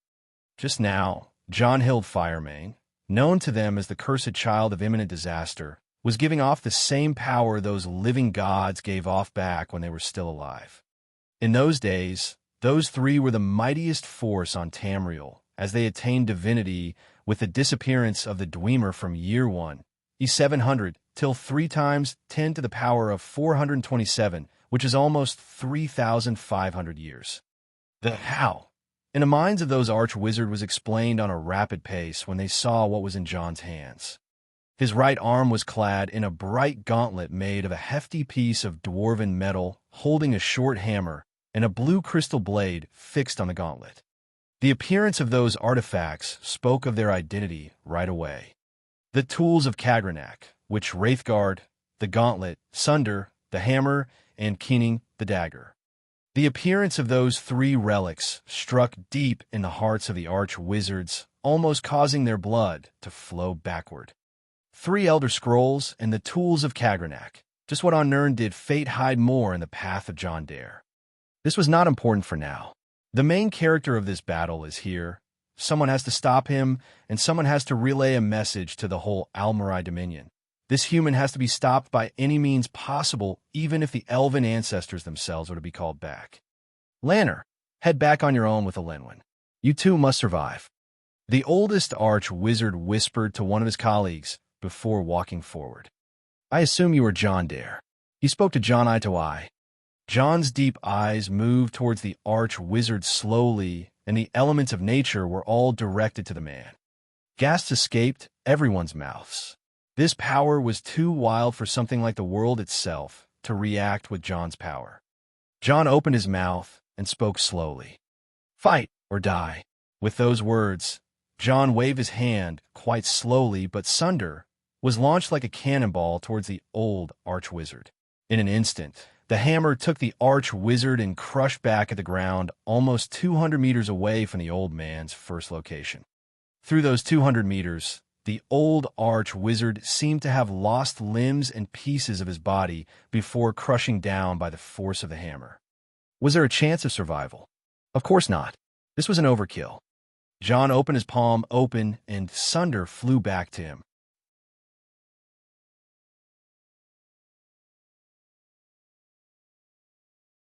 He looked at them for a few seconds, seeing how they are all frozen and his face twisted in anger.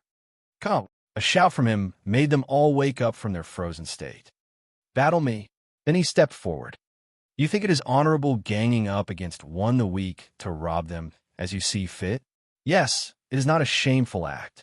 The strong prey on the weak. I don't hate you for it.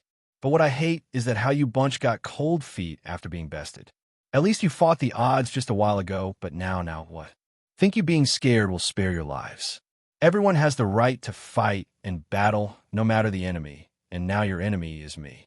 You have no right to freeze still. You have no right to remain silent. Fight me. John was not giving them a leeway, that's true, but he was giving them enough courtesy and respect to fight back or die with dignity, even if they are Thalmor. Seeing the leader of their enemies pumping up their spirits to fight him, such a thing was unheard of. Run? How could they? He will kill them either way. Fight, then die. What on earth was that logic? Still, it was really simple. Death is imminent. Either die with honor or die without it. And if they lived, it would mean they earned their lives back. A simple choice indeed. The ones who understood that were not the long-living archwizards, but rather the Thalmor soldiers. No matter the contempt they held towards humans, there is possible and impossible.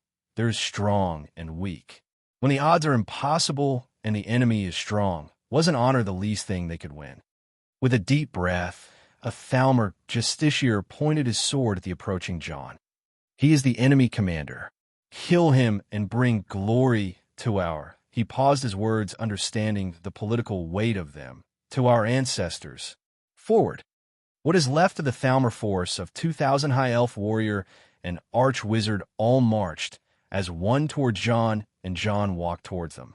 As he saw their response, he smiled wide and praised them in his heart. Thalmor they may be, but they knew that their life is not how they lived, but how they died. He took the tools of Kagranak and off in the cube and seemed to be going to fight them with his bare hands. He flexed his fingers and shoulders as he and the elves charged at each other. Then another change happened. The ends of his fingers started to grow as claws. His eye pupils turned into slits, and his teeth grew larger fangs. On his head, unnoticeable because of his hair, 2 feline ears formed. He jumped high and clashed with the Thalmor, 2,000 cutting and slashing with his claws as lines of red blood splattered to the sky. John stood at the other side with every inch of his body covered in red blood. Even though they were golden, their blood was still red, not different than any man. John's bestial transformation ended when a black cat walked out of his shadow. She transformed into a slim teenage girl in a black dress. Then her figure disappeared from its place and appeared on the other side of the Thalmor arch-wizards. The fight just a second ago was so fast for anyone to comprehend. 2,000 soldiers died in 1 minute. Each step John took during the fight was akin to 100 meters on its own, and each wave of his hands killed too many. With John at the front and Nefertiti at the back, it would take the Thalmor arch-wizards a tough fight to break from hearing. John Dare, you bite more than what you can chew. We are arch-wizards, and we have our positions. Even if you were a demigod now, you're not a match for the Dominion, and you can't hold us down here all by yourself. An arch-wizard shouted with a hysterical tone. Really? John tilted his head. With that word, 2 more figures appeared on the open flanks to the arch-wizards. Zykel was blocking one side, and Odokuro appeared on another. Similar to John's and Nefertiti's change, Odokuro seemed to have also transformed into some hint of a golden skeleton with ebony gear and an angry masked kabuto of a wrathful Oni. 8 arch-wizards, which represented the power and the might of the war machine known as the Almarai Dominion and were parts of the ruling faction of Alinar, are now being put to the blade in Skyrim by an 18-years-old Nord. This won't end well for you, Nord. The Main will hear about this, the Sylvanar will hear about this, and most certainly Her Majesty the Queen of Alinar, the overlord of the Almarai Dominion, will hear about this. The Archwizard kept howling his lungs out. Good, John replied. So let this serve as a warning to whoever dares. John raised his hands towards the Archwizard, and the world obeyed. The elf shivered in his place and started groaning without uttering a scream. His limbs were twisting, his bones were breaking, everything went into the wrong direction inside his body. John hated arrogance except for his own. The elf was twisting while being maintained alive for his grave sin of speaking out of order. He was no longer recognizable and an elf being. His body became a mess as a mass of twisting and twirling flesh as his bones were all ground over while being kept alive to the best of John's ability. The current living mass of mess was pressured to the extreme and reduced to the least of all forms. John released his powers and left the tiny remnant of the elf to fall down on the white snow as a drop of blood. The other 7 archwizards kept looking at the weird phenomenon in silence, knowing that this bloodthirsty demon is no longer showing any face to a title or a crown. Even the High King didn't utter a word to stop the bloodshed when John appeared, so who may speak. The end of the Archwizard just now was brutal, and the magic itself was disobeying them whenever they tried to make any move not from suppression, but from their broken wills. Now, I offer you the same, fight or die.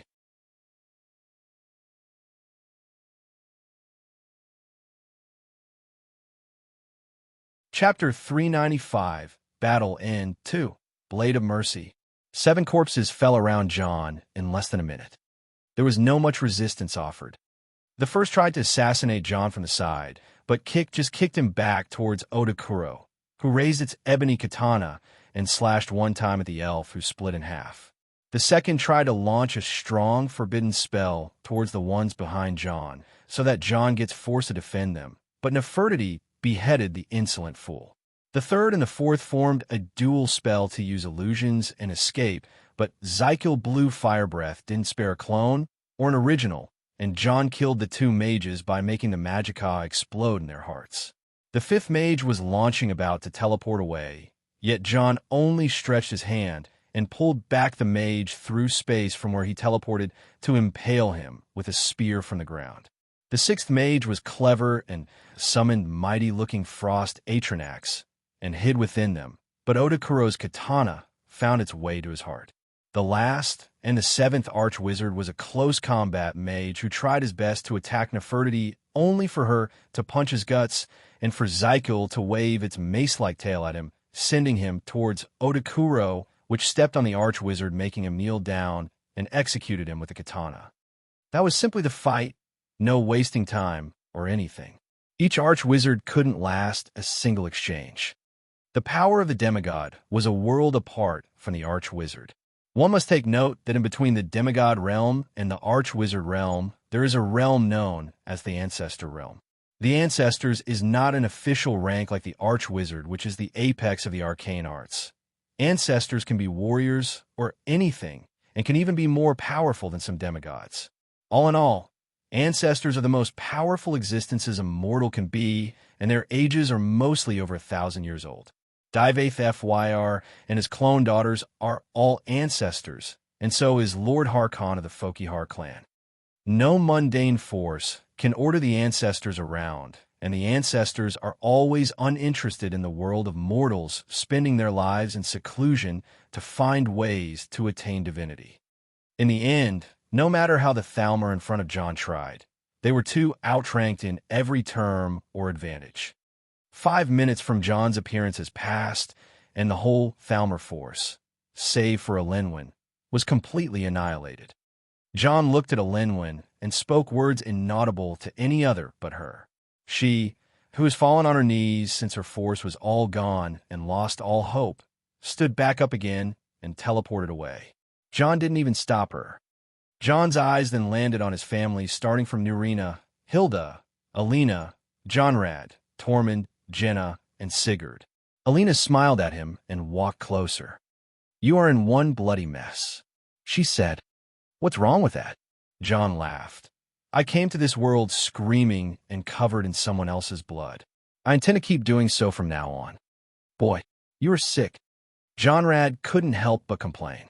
I'm not sick, I am twisted. Sick makes it sound like there is a cure. The light exchange didn't fit the bloody scene around them, and even John wasn't really free to waste time. He looked ahead, and his eyes landed on the remaining heads of the clans and their men as they all threw their weapons to the ground. They almost lost about half their armies, and it seemed that even Brahm of Johanna has managed to capture Orda Stormfist and threw her among the others who surrendered. John walked beside Brahm and patted his shoulder, then looked to the side and saw his cousin Hafthor riding a mammoth who seemed to have gone through a tough fight. Zykel flew and landed right beside John, so the latter jumped on him to find Nefertiti already atop of the Daedric Titan. Odakuro followed on foot, and the four mighty beings stood over the captured clan heads and their men. The air around the four gave a strong vibe, but John was the center of the power, and his image was godly, even when he fought the elves and covered himself with their blood in a fit of madness. In the heads of those Nords, his image formed a certain mad warrior who would cover himself in his enemy's blood as he would tear through the hordes of elves. Those Nords, who would never kneel to a Jarl, king, or emperor, knelt down to John uttering the name that came to their minds. Shor, Shor, hail Shor. In their heads, John was Shor, the chief god of their pantheon and the owner of Sovngarde. John's face was expressionless and indifferent in the past 5 minutes, but it suddenly twisted and turned into absolute anger. You bastard! How dare you profane that honorable name? John's anger was genuine. Not even his family saw him this angry before, as this was true wrath. He even waved his hand, and a mighty force formed beside those Nords, slapping them all at the same time. Odakuro, the manifestation of wrath, and his soul fragment grew in size an extra meter and shouted to the heavens with the anger of its master. It was about to go and kill all those insolent and ignorant Nords who used a name very sacred in John's book, but John held wrath down. The clan's head and warriors realized their mistake and stood back up slowly, yet their heads were just looking down and couldn't help to raise it up against that pressure. John took a deep breath and spoke. Son of Jonrad and Hilda the Bloody, with a mane of fire you'd know me. And ours the wrathful if you dare me, and ours the sharper if you duel me. And in Sarthal we are the mighty, and in Skyrim no soul to hold me.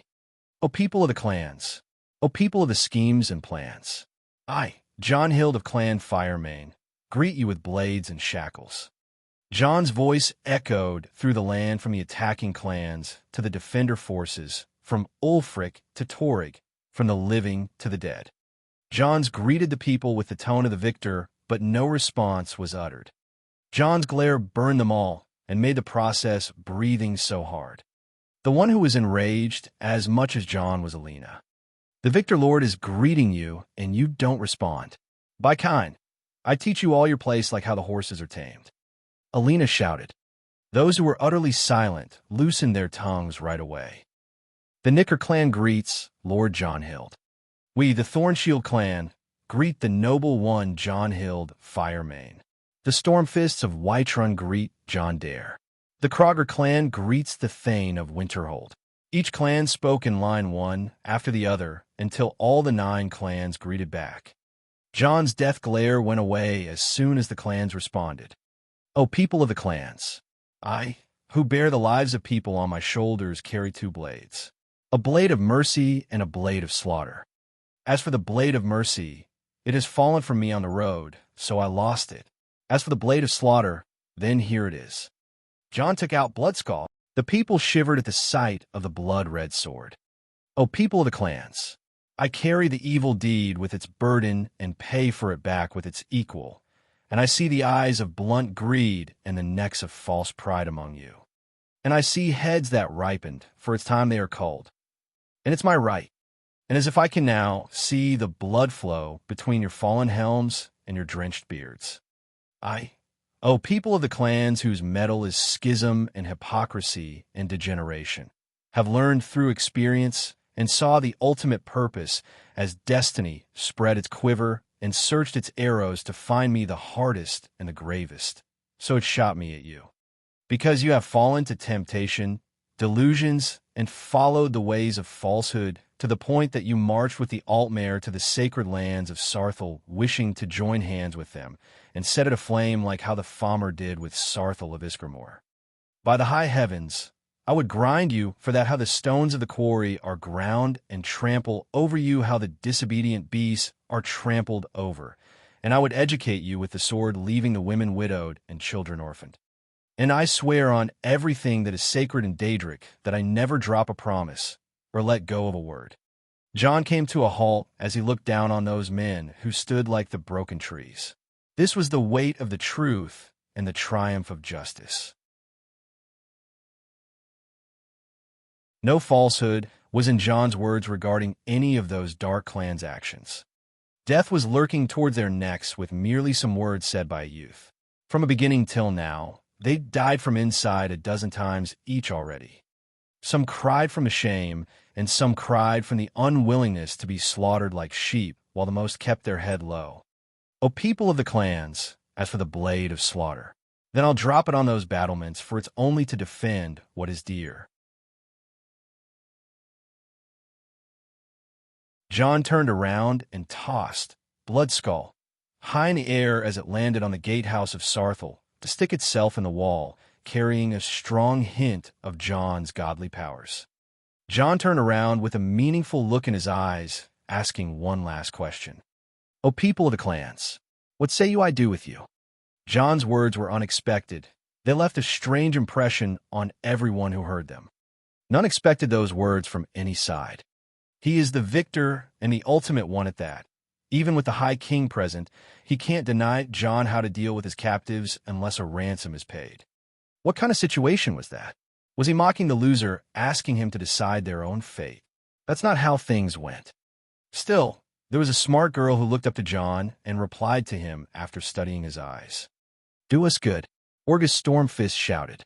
Everyone looked at her, not expecting her blunt reply. Jon looked at Orga with narrowed eyes. She looked at him back with confidence. Do us good. You are a good man, for a line of good men. Orga's words were so natural, and the look in her eyes was confident. It is as if she found out what and who is Jon just by seeing him up close. It was a scary ability that made Orga a terrifying judge of characters. Contrary to everyone's expectations, and as Orga expected, Jon smiled casually. Then go, he said, say for the clan's leaders, you are free.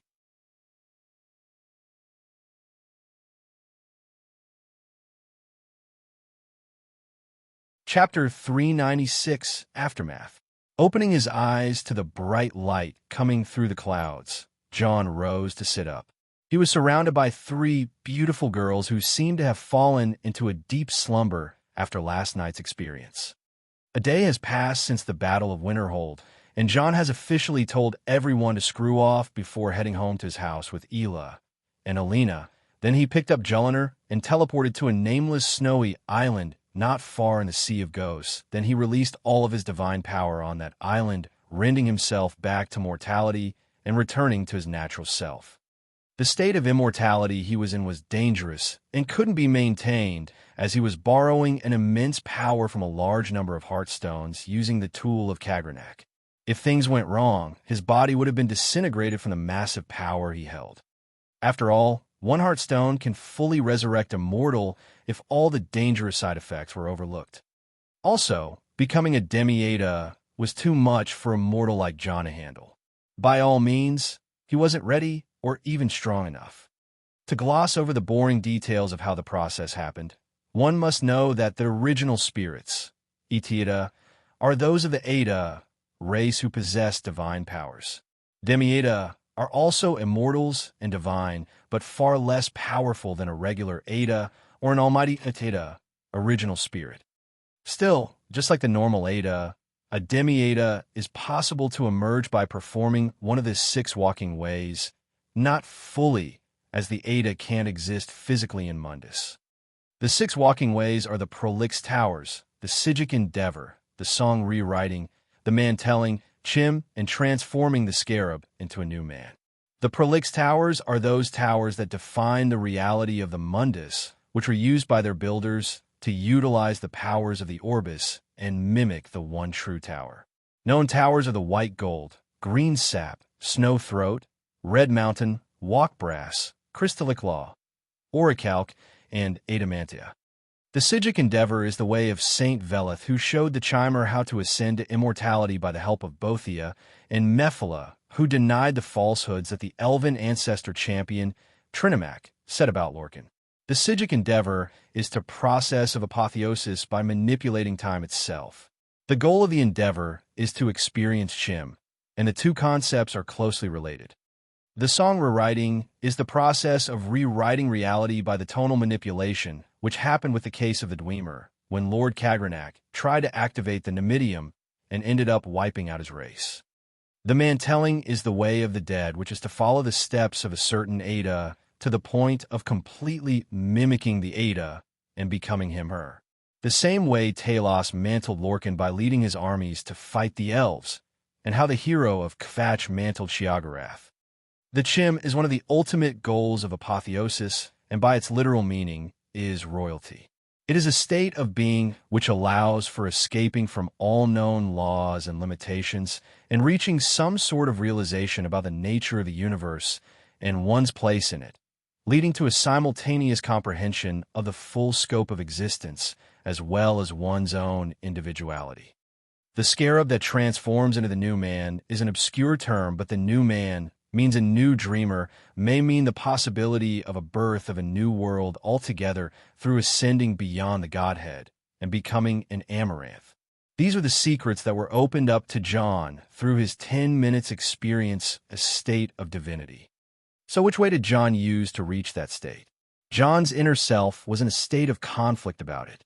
He is an avid fan of the Sigic endeavor, and his meditation is being refined based on the ancient text he found about the endeavor, and that's how he absorbed the powers of the Heartstones. He also used the tonal artifacts, which are the tools of Cagranak, to manipulate the energy and absorb it. He never reached the Chim and kept himself away from the tower, not even willing to check it out ever again. By that, he could conclude relying only on one way is not enough to reach the true level of an immortal Ada. Well, at least I've done put my all to it. John smiled as he looked at the place around him with content feeling.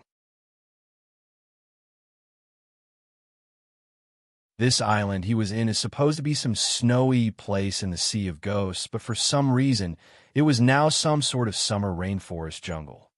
John loved the atmosphere, which seemed to be giving him life and recharging his energy just by being in this beautiful place. He put his hand on a tree and branch lowered itself for John to hang on it and go up the level of the trees. The view from above was to a large landscape of an island covered with all sorts of tropical greenery and beaches of white sand and crystal blue waters. All of that was veiled by a cloud of mist isolating the tropical island and its beach from the cold outside of the Sea of Ghosts. This was John's domain, which he used up all the excessive divine orbic power he had to create, the power to shape the world. In the center of the island, there was a clearing of a large patch of green land surrounding a single pavilion in the center of a lake. The pavilion was made wooden pillars and a circular stone roof that seemed a bit stylish for the crude Nordic architecture, as in truth, John shamelessly used the elven architecture with this pavilion, which would suit the summer atmosphere in the area. He smiled with pride at his work and jumped down the tree. The sudden noise made the 3 sleeping beauties wake up. John simply walked to them and picked Jelinar up in his arms. "What's up, princess?" "What's up? My body is barely keeping up with you." She surrendered herself to him as they engrossed themselves in a kiss. "Hey, kiss me too." "And me too." Ela and Alina jumped on John to join the fray. He laughed because of their action and held them all with his hands. "Last night didn't put the 3 of you down? Seems like you 3 weren't wasting time on training while I was gone." The 4 kept playing and having fun until they reached the clearing where the pavilion stood. John carried both Ela and Jeliner as he walked on water by magic, and Alina followed him with the same spell until they reached the pavilion. There's a mass of work waiting for us in Winterhold. You sure left them with one mess on their own, Alina said as they reached the pavilion. John put down the girls and let out a sigh. I just don't want to go to Winterhold anytime soon. Wolfer and the boys can deal with the aftermath on their own. John said, there is no leeway out of this one. You are the boss, and there are things only you can do. Ela said, don't forget that you almost let the King Torg and Jarl Ulfric share a room. Jeliner pointed out something really weird. John looked away immediately. And how in the blazes should I deal with two VIP coming to Winterhold at the same time without further notice? We only have one VIP guest house, so they've got to share. Kind's mercy. Let's go home. Alina swore and placed her hand on a central pedestal on the pavilion. The space behind the pedestal twisted, and the space opened up a portal leading to Winterhold. Winterhold and Sarthel were calmer than what was anticipated. Crowded by the sudden arrival of many moonblades and firemans, the cities were even more cramped up with the unforeseen reinforcements from Windhelm and Solitude. Busy with licking their own wounds, the Dare troopers had a hard time putting down brawls between the soldiers of Windhelm and Solitude nearly around every corner. One can imagine how the political scene was from just the state of the common soldiers. In Winterhold below John's manor, the space twisted and a portal opened with 4 figures walking out of it. It is cold here. I really feel so damn tired every time it's cold like this. John complained. And you call yourself a Nord? Ela said, I just function much better in a warmer climate. I guess we all can agree to that. Jeliner said, I like that thought. Keep it up. John rubbed her hair jokingly. The 4 walked out of the basement to the first floor of the manor to meet many anxious faces looking at John all at once. What's wrong? John asked. These people were mostly the employees of the company. Boss, here you are at long last. The place is a hot mess. Sev the secretary said. Oh, good. I hope your workload is not overpiling. It is, boss, and you have too many requests for appointments. The only way to solve them is to put appointments within other appointments within more appointments. Now that's scary. John started thinking, but no idea came to mind. Fine, I'll deal with them all. Who's on top of the list? The High Kingdom. Never thought I would ever say that. Focus, Sev. Yes, boss. The High King and his men, Jarl Ulfric Stormcloak, Jarl Career, Miss Vittoria Vici, the Imperial Commander from Fort Castav, and a wizard from the Imperial Synod. There are also many social visits. Be a good girl and put it all in one meeting. John said, Excuse me, just tell Jarl Career to make one big meeting. I'm expecting to have one big mess. Also, the social visits are only family, so leave it to the night and make the boys and girls clean the place here and kick some family party. I want to drink and pass out with everyone tonight. Yes, boss. Sev became gloomy as she realized the amount of work waiting for her. Good luck, Sev. You'll need it, Ela said as she went away. You're the secret paperwork wife, Sev. No one will ever replace you. Jeliner said and disappeared. I approve and recognize your efforts, Sev. Alina said haughty and went inside. Well, that was mean. John patted the back of the crying Sev. In the longhouse of Jarl Career, many political figures gathered around the long fireplace. Jarl Career accepted John's request to invite every one of those figures to his place. John was the latest to arrive, accompanied by Tormund Firemane, Sigurd Moonblade, and Alina. The room became silent as everyone sat their eyes on John. He was wearing his regular mage that gave off his official rank as an expert mage. He wasn't carrying any sword or wearing any armor, but the power of John Dare was well recognized among everyone in this room. The mages around the room were the first to sense it, as well as the experienced warriors like Jarl Ulfric. John wasn't the same as he was yesterday. Not sure how they should think. John from the day of the battle was a powerful demigod, but this young man is not that tyrant of yesterday. Surely his aura carried a strong pressure of tyranny that was actually so strong compared to anyone else in the room, but that was not what they expected. Those with knowledge could tell it right away. The power of yesterday was unnatural and temporary, and judging by John's look, he is in a very good state. Maybe the godly power was temporary, but with the tools of Kagranak, which are known to be in John's possession by now, John may be able to switch that godly mode back on again, which is not too far from the truth. It is rumored that when Almalexia fell from divinity by losing her demigod powers, she went mad. Can John Hild Firemane actually be able to ignore this effect? A mage asked another in the corner. Don't ask me. There's more we don't know here, but the situation is much better like this. We can pressure those Nords now. The two mages were from Cyrodiil and traveled a long distance in one night after an emergency transmission came from the Imperial Embassy in Skyrim. This was how fast the response of the Empire to the emergence of a demigod is. Ulfric Stormcloak was not far from the two mages, and he glared at them with a killing intent, causing them to look back at him with hostility. He walked towards them and passed from between them, showing his dominance over weasels of their kind. As he passed them, he walked straight to John. Here he is, Winterhold's hero. It is good to finally meet you in person once again. Ulfric stood in front of John and offered a handshake. John smiled and shook Ulfric's hand.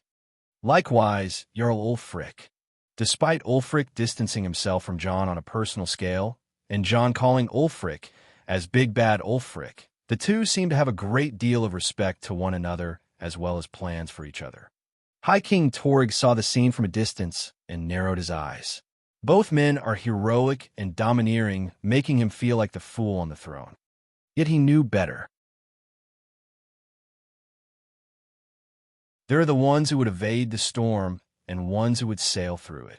Torg would evade, Ulfric would sail through, but John. It is time for John to announce his stance today. This meeting was the most important meeting before the future events. It is time for John dare answer many things and to take a side.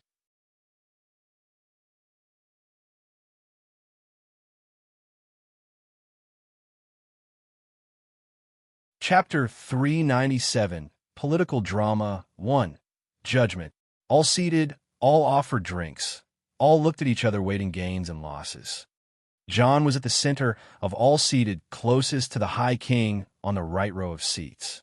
The king, of course, sat on the throne of the Jarl, and the outsider Imperials were seated on the left row of seats, according to protocol. Jarl Career chose to stand beside the High King to answer all questions regarding the hold. Second Thane Alina was seated beside First Thane John Hild.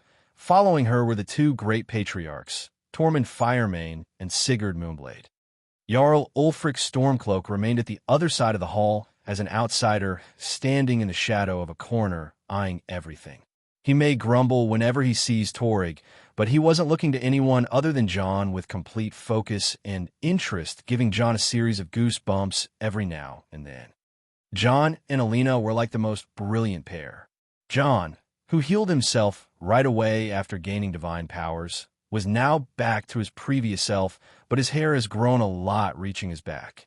He didn't even bother with it as he gave his style of Nordic braids and was done with it. His only regret was not growing a glorious beard to complete the look. Alina, on the other hand, was radiating in her classy dresses and noble aura, capturing the eyes of the Imperials who were in a dilemma between Alina's radiance and John's glares. First and foremost, thank you all for attending the meeting today. The past few days were hard on everyone here, so I hope most of you have taken your rest for a long meeting. King Torg said. Everyone else smiled calmly and nodded. Before we start, I think we have some high-value prisoners we need to deal with. Thane John Hild, I think these people are your prisoners to deal with. Can you please take things from here? Yes, your grace. John stood up and turned to his housecarl, Trudvar. Bring them in. Trudvar led some hold guards to the outside of the great hall and returned a minute later with 9 men and women. They looked dignified but a bit broken. They were the 9 leaders of the 9 clans forming the Dragon Hunt Alliance. I presume that you lot have picked a speaker for yourselves. John said. Yes, Thane John Hild. I will be the speaker. The one who replied was Orgus Stormfist. Undoubtedly, She is the most glib-tongued person among the lot. And you are? High King Torg asked. Matriarch of the Stormfist clan, Orga Stormfist, also known as the leader of the Stormfist Brigade, Orga the Younger. I feel like I heard some of those names before. John wondered. Orga Stormfist is a legendary leader who founded the Stormfist clan thousands of years ago. The clan fell from glory nearly 950 years ago when they sided with Fildgor Strongprince, brother to Joran the Skald King, and formed the Stormfist Brigade to launch a civil war over the rule of Eastern Skyrim. Alina said, "Oh, I see." John nodded and turned around. "So, Orga Stormfist, you are a well-known mercenary according to my buddy Brom of Johanna. What exactly brought you down with the others to this so-called Dragon Hunt Alliance? Also, who came up with the name?" The reason for the alliance was the subjugation of an enemy clan gaining too much power. 17 years ago, 11 clans have gathered up for the same purpose and broke their alliance, thinking they have fulfilled their goals. 2 weeks ago, messengers arrived at each clan with the news of the survival of Jonhild Firemane, who is now known as John Dare, Thane of Winterhold.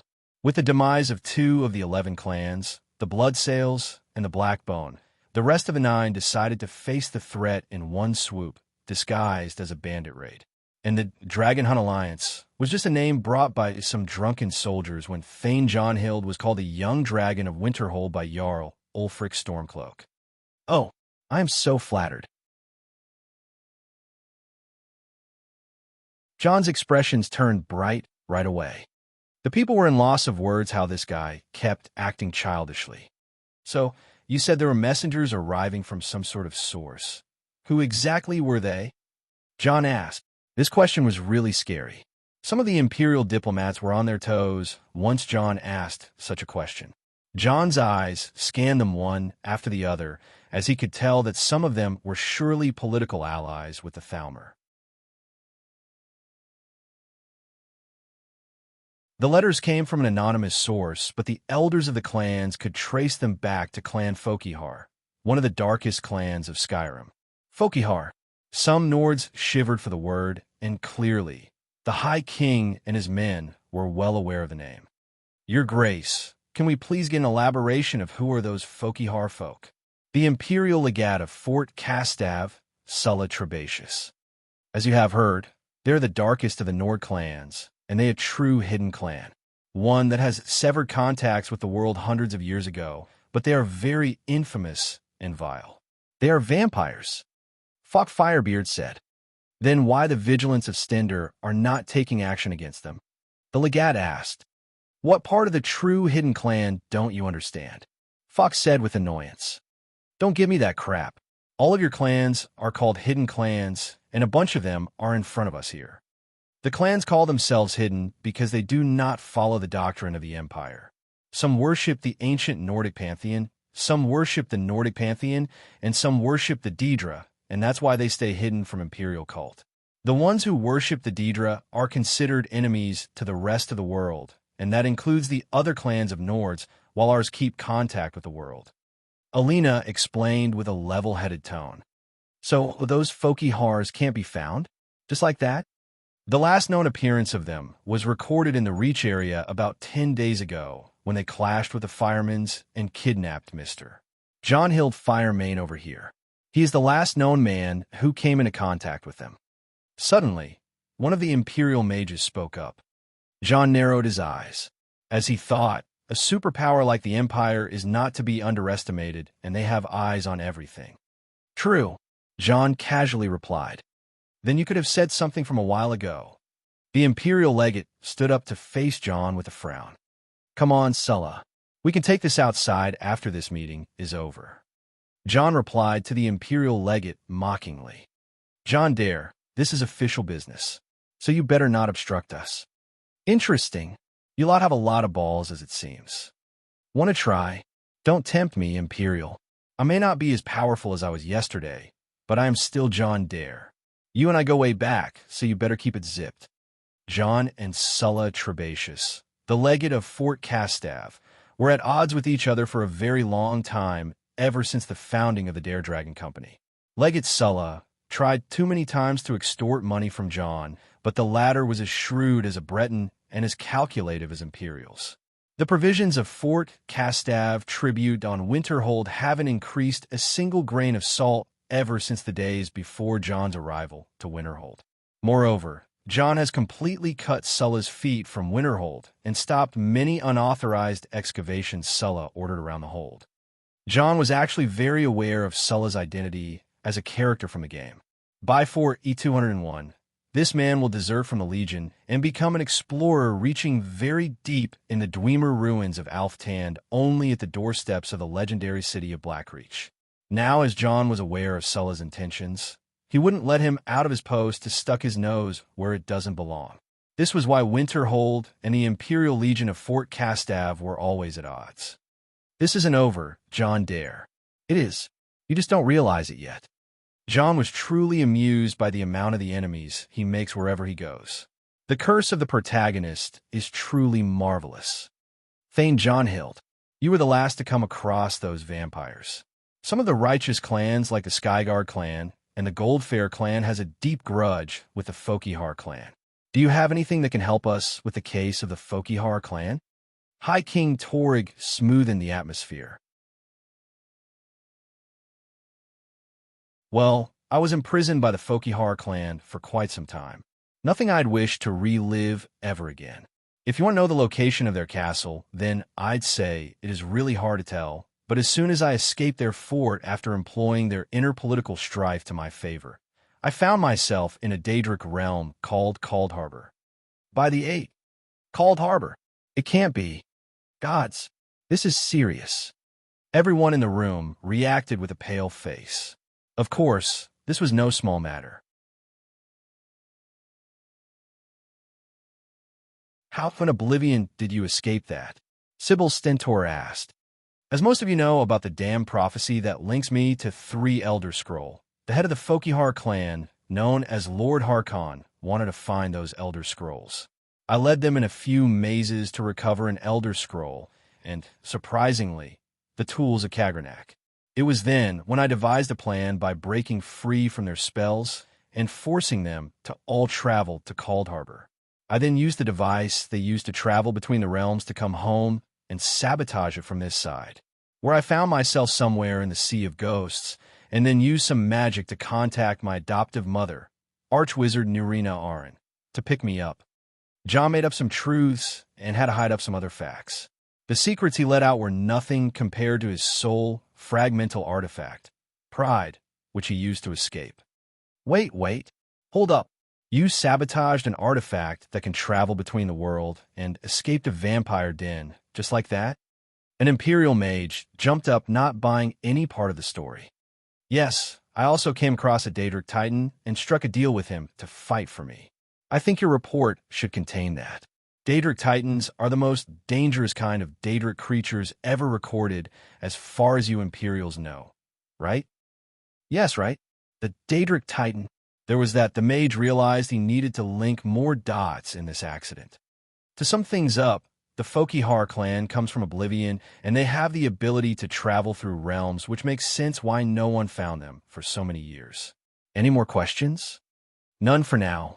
High King Torrig paused the hearing about John's adventures and nodded for John to continue. Now, as we got the Fokihar thing out of the way, Orga Stormfist, I promised safe passage for the men of the clans, and I delivered.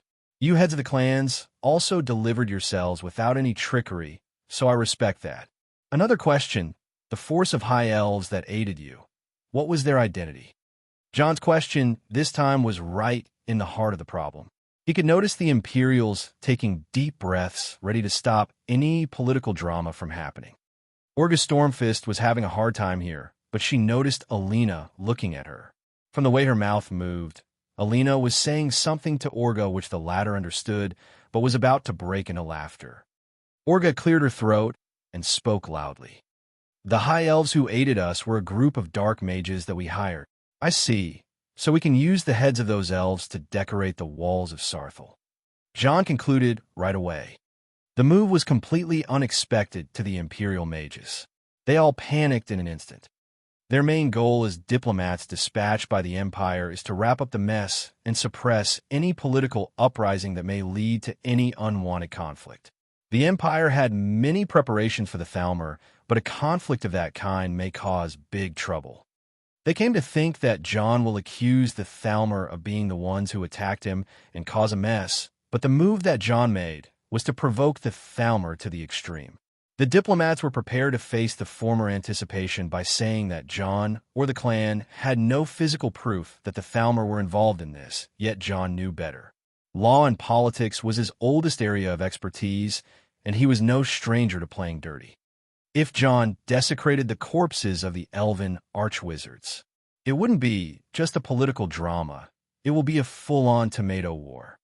Their response should either be admitted that those elves are Thalmor, which means that the Empire will be in open conflict with the Dominion for doing a large-scale military operation without permission on its soil, or keep silent and watch the Almorai Dominion go into a full-on political conflict with the Imperials acquiring new gains. Jon looked at the Imperial with disgusted eyes.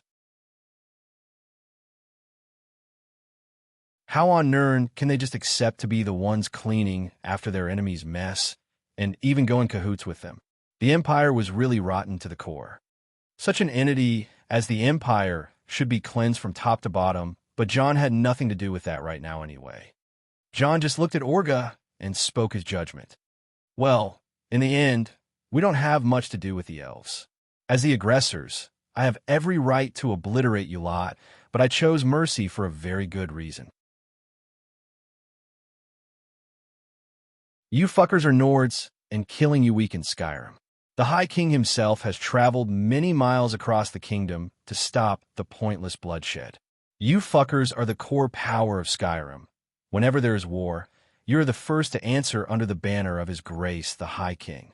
Killing you is killing His Grace's soldiers. See where I'm going there? If you lot do not have a value to Skyrim, I would have killed you off the face of Nirn. Jon's lecturing tone was directly targeting the people's cores. He was not angry or anything, but he wanted to make his point clear. You lot are my prisoners until each of your clans bail you out with 10,000 gold septims each, or what is its worth. Managing you will be done by Thane Alina Moonblade. Jon set the ransom for 10,000 gold septims. By no means that was something looked down on. Jon's reasoning was clear. The number of the Dare troopers who died in the battle is going to cost the company a lot, and the day is filled with funerals to the fallen troopers. Jon himself is going to attend a sermon for the fallen heroes in the Temple of Kine.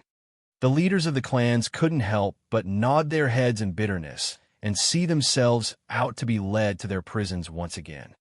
Now that we got this out of the way, I guess all that is left is decorating the walls with the heads of those rogue Altmare wizards.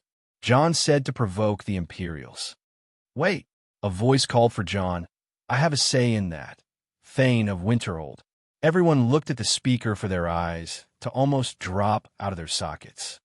On the door leading to the great hall of Jarl Career's longhouse, 3 high elves stood.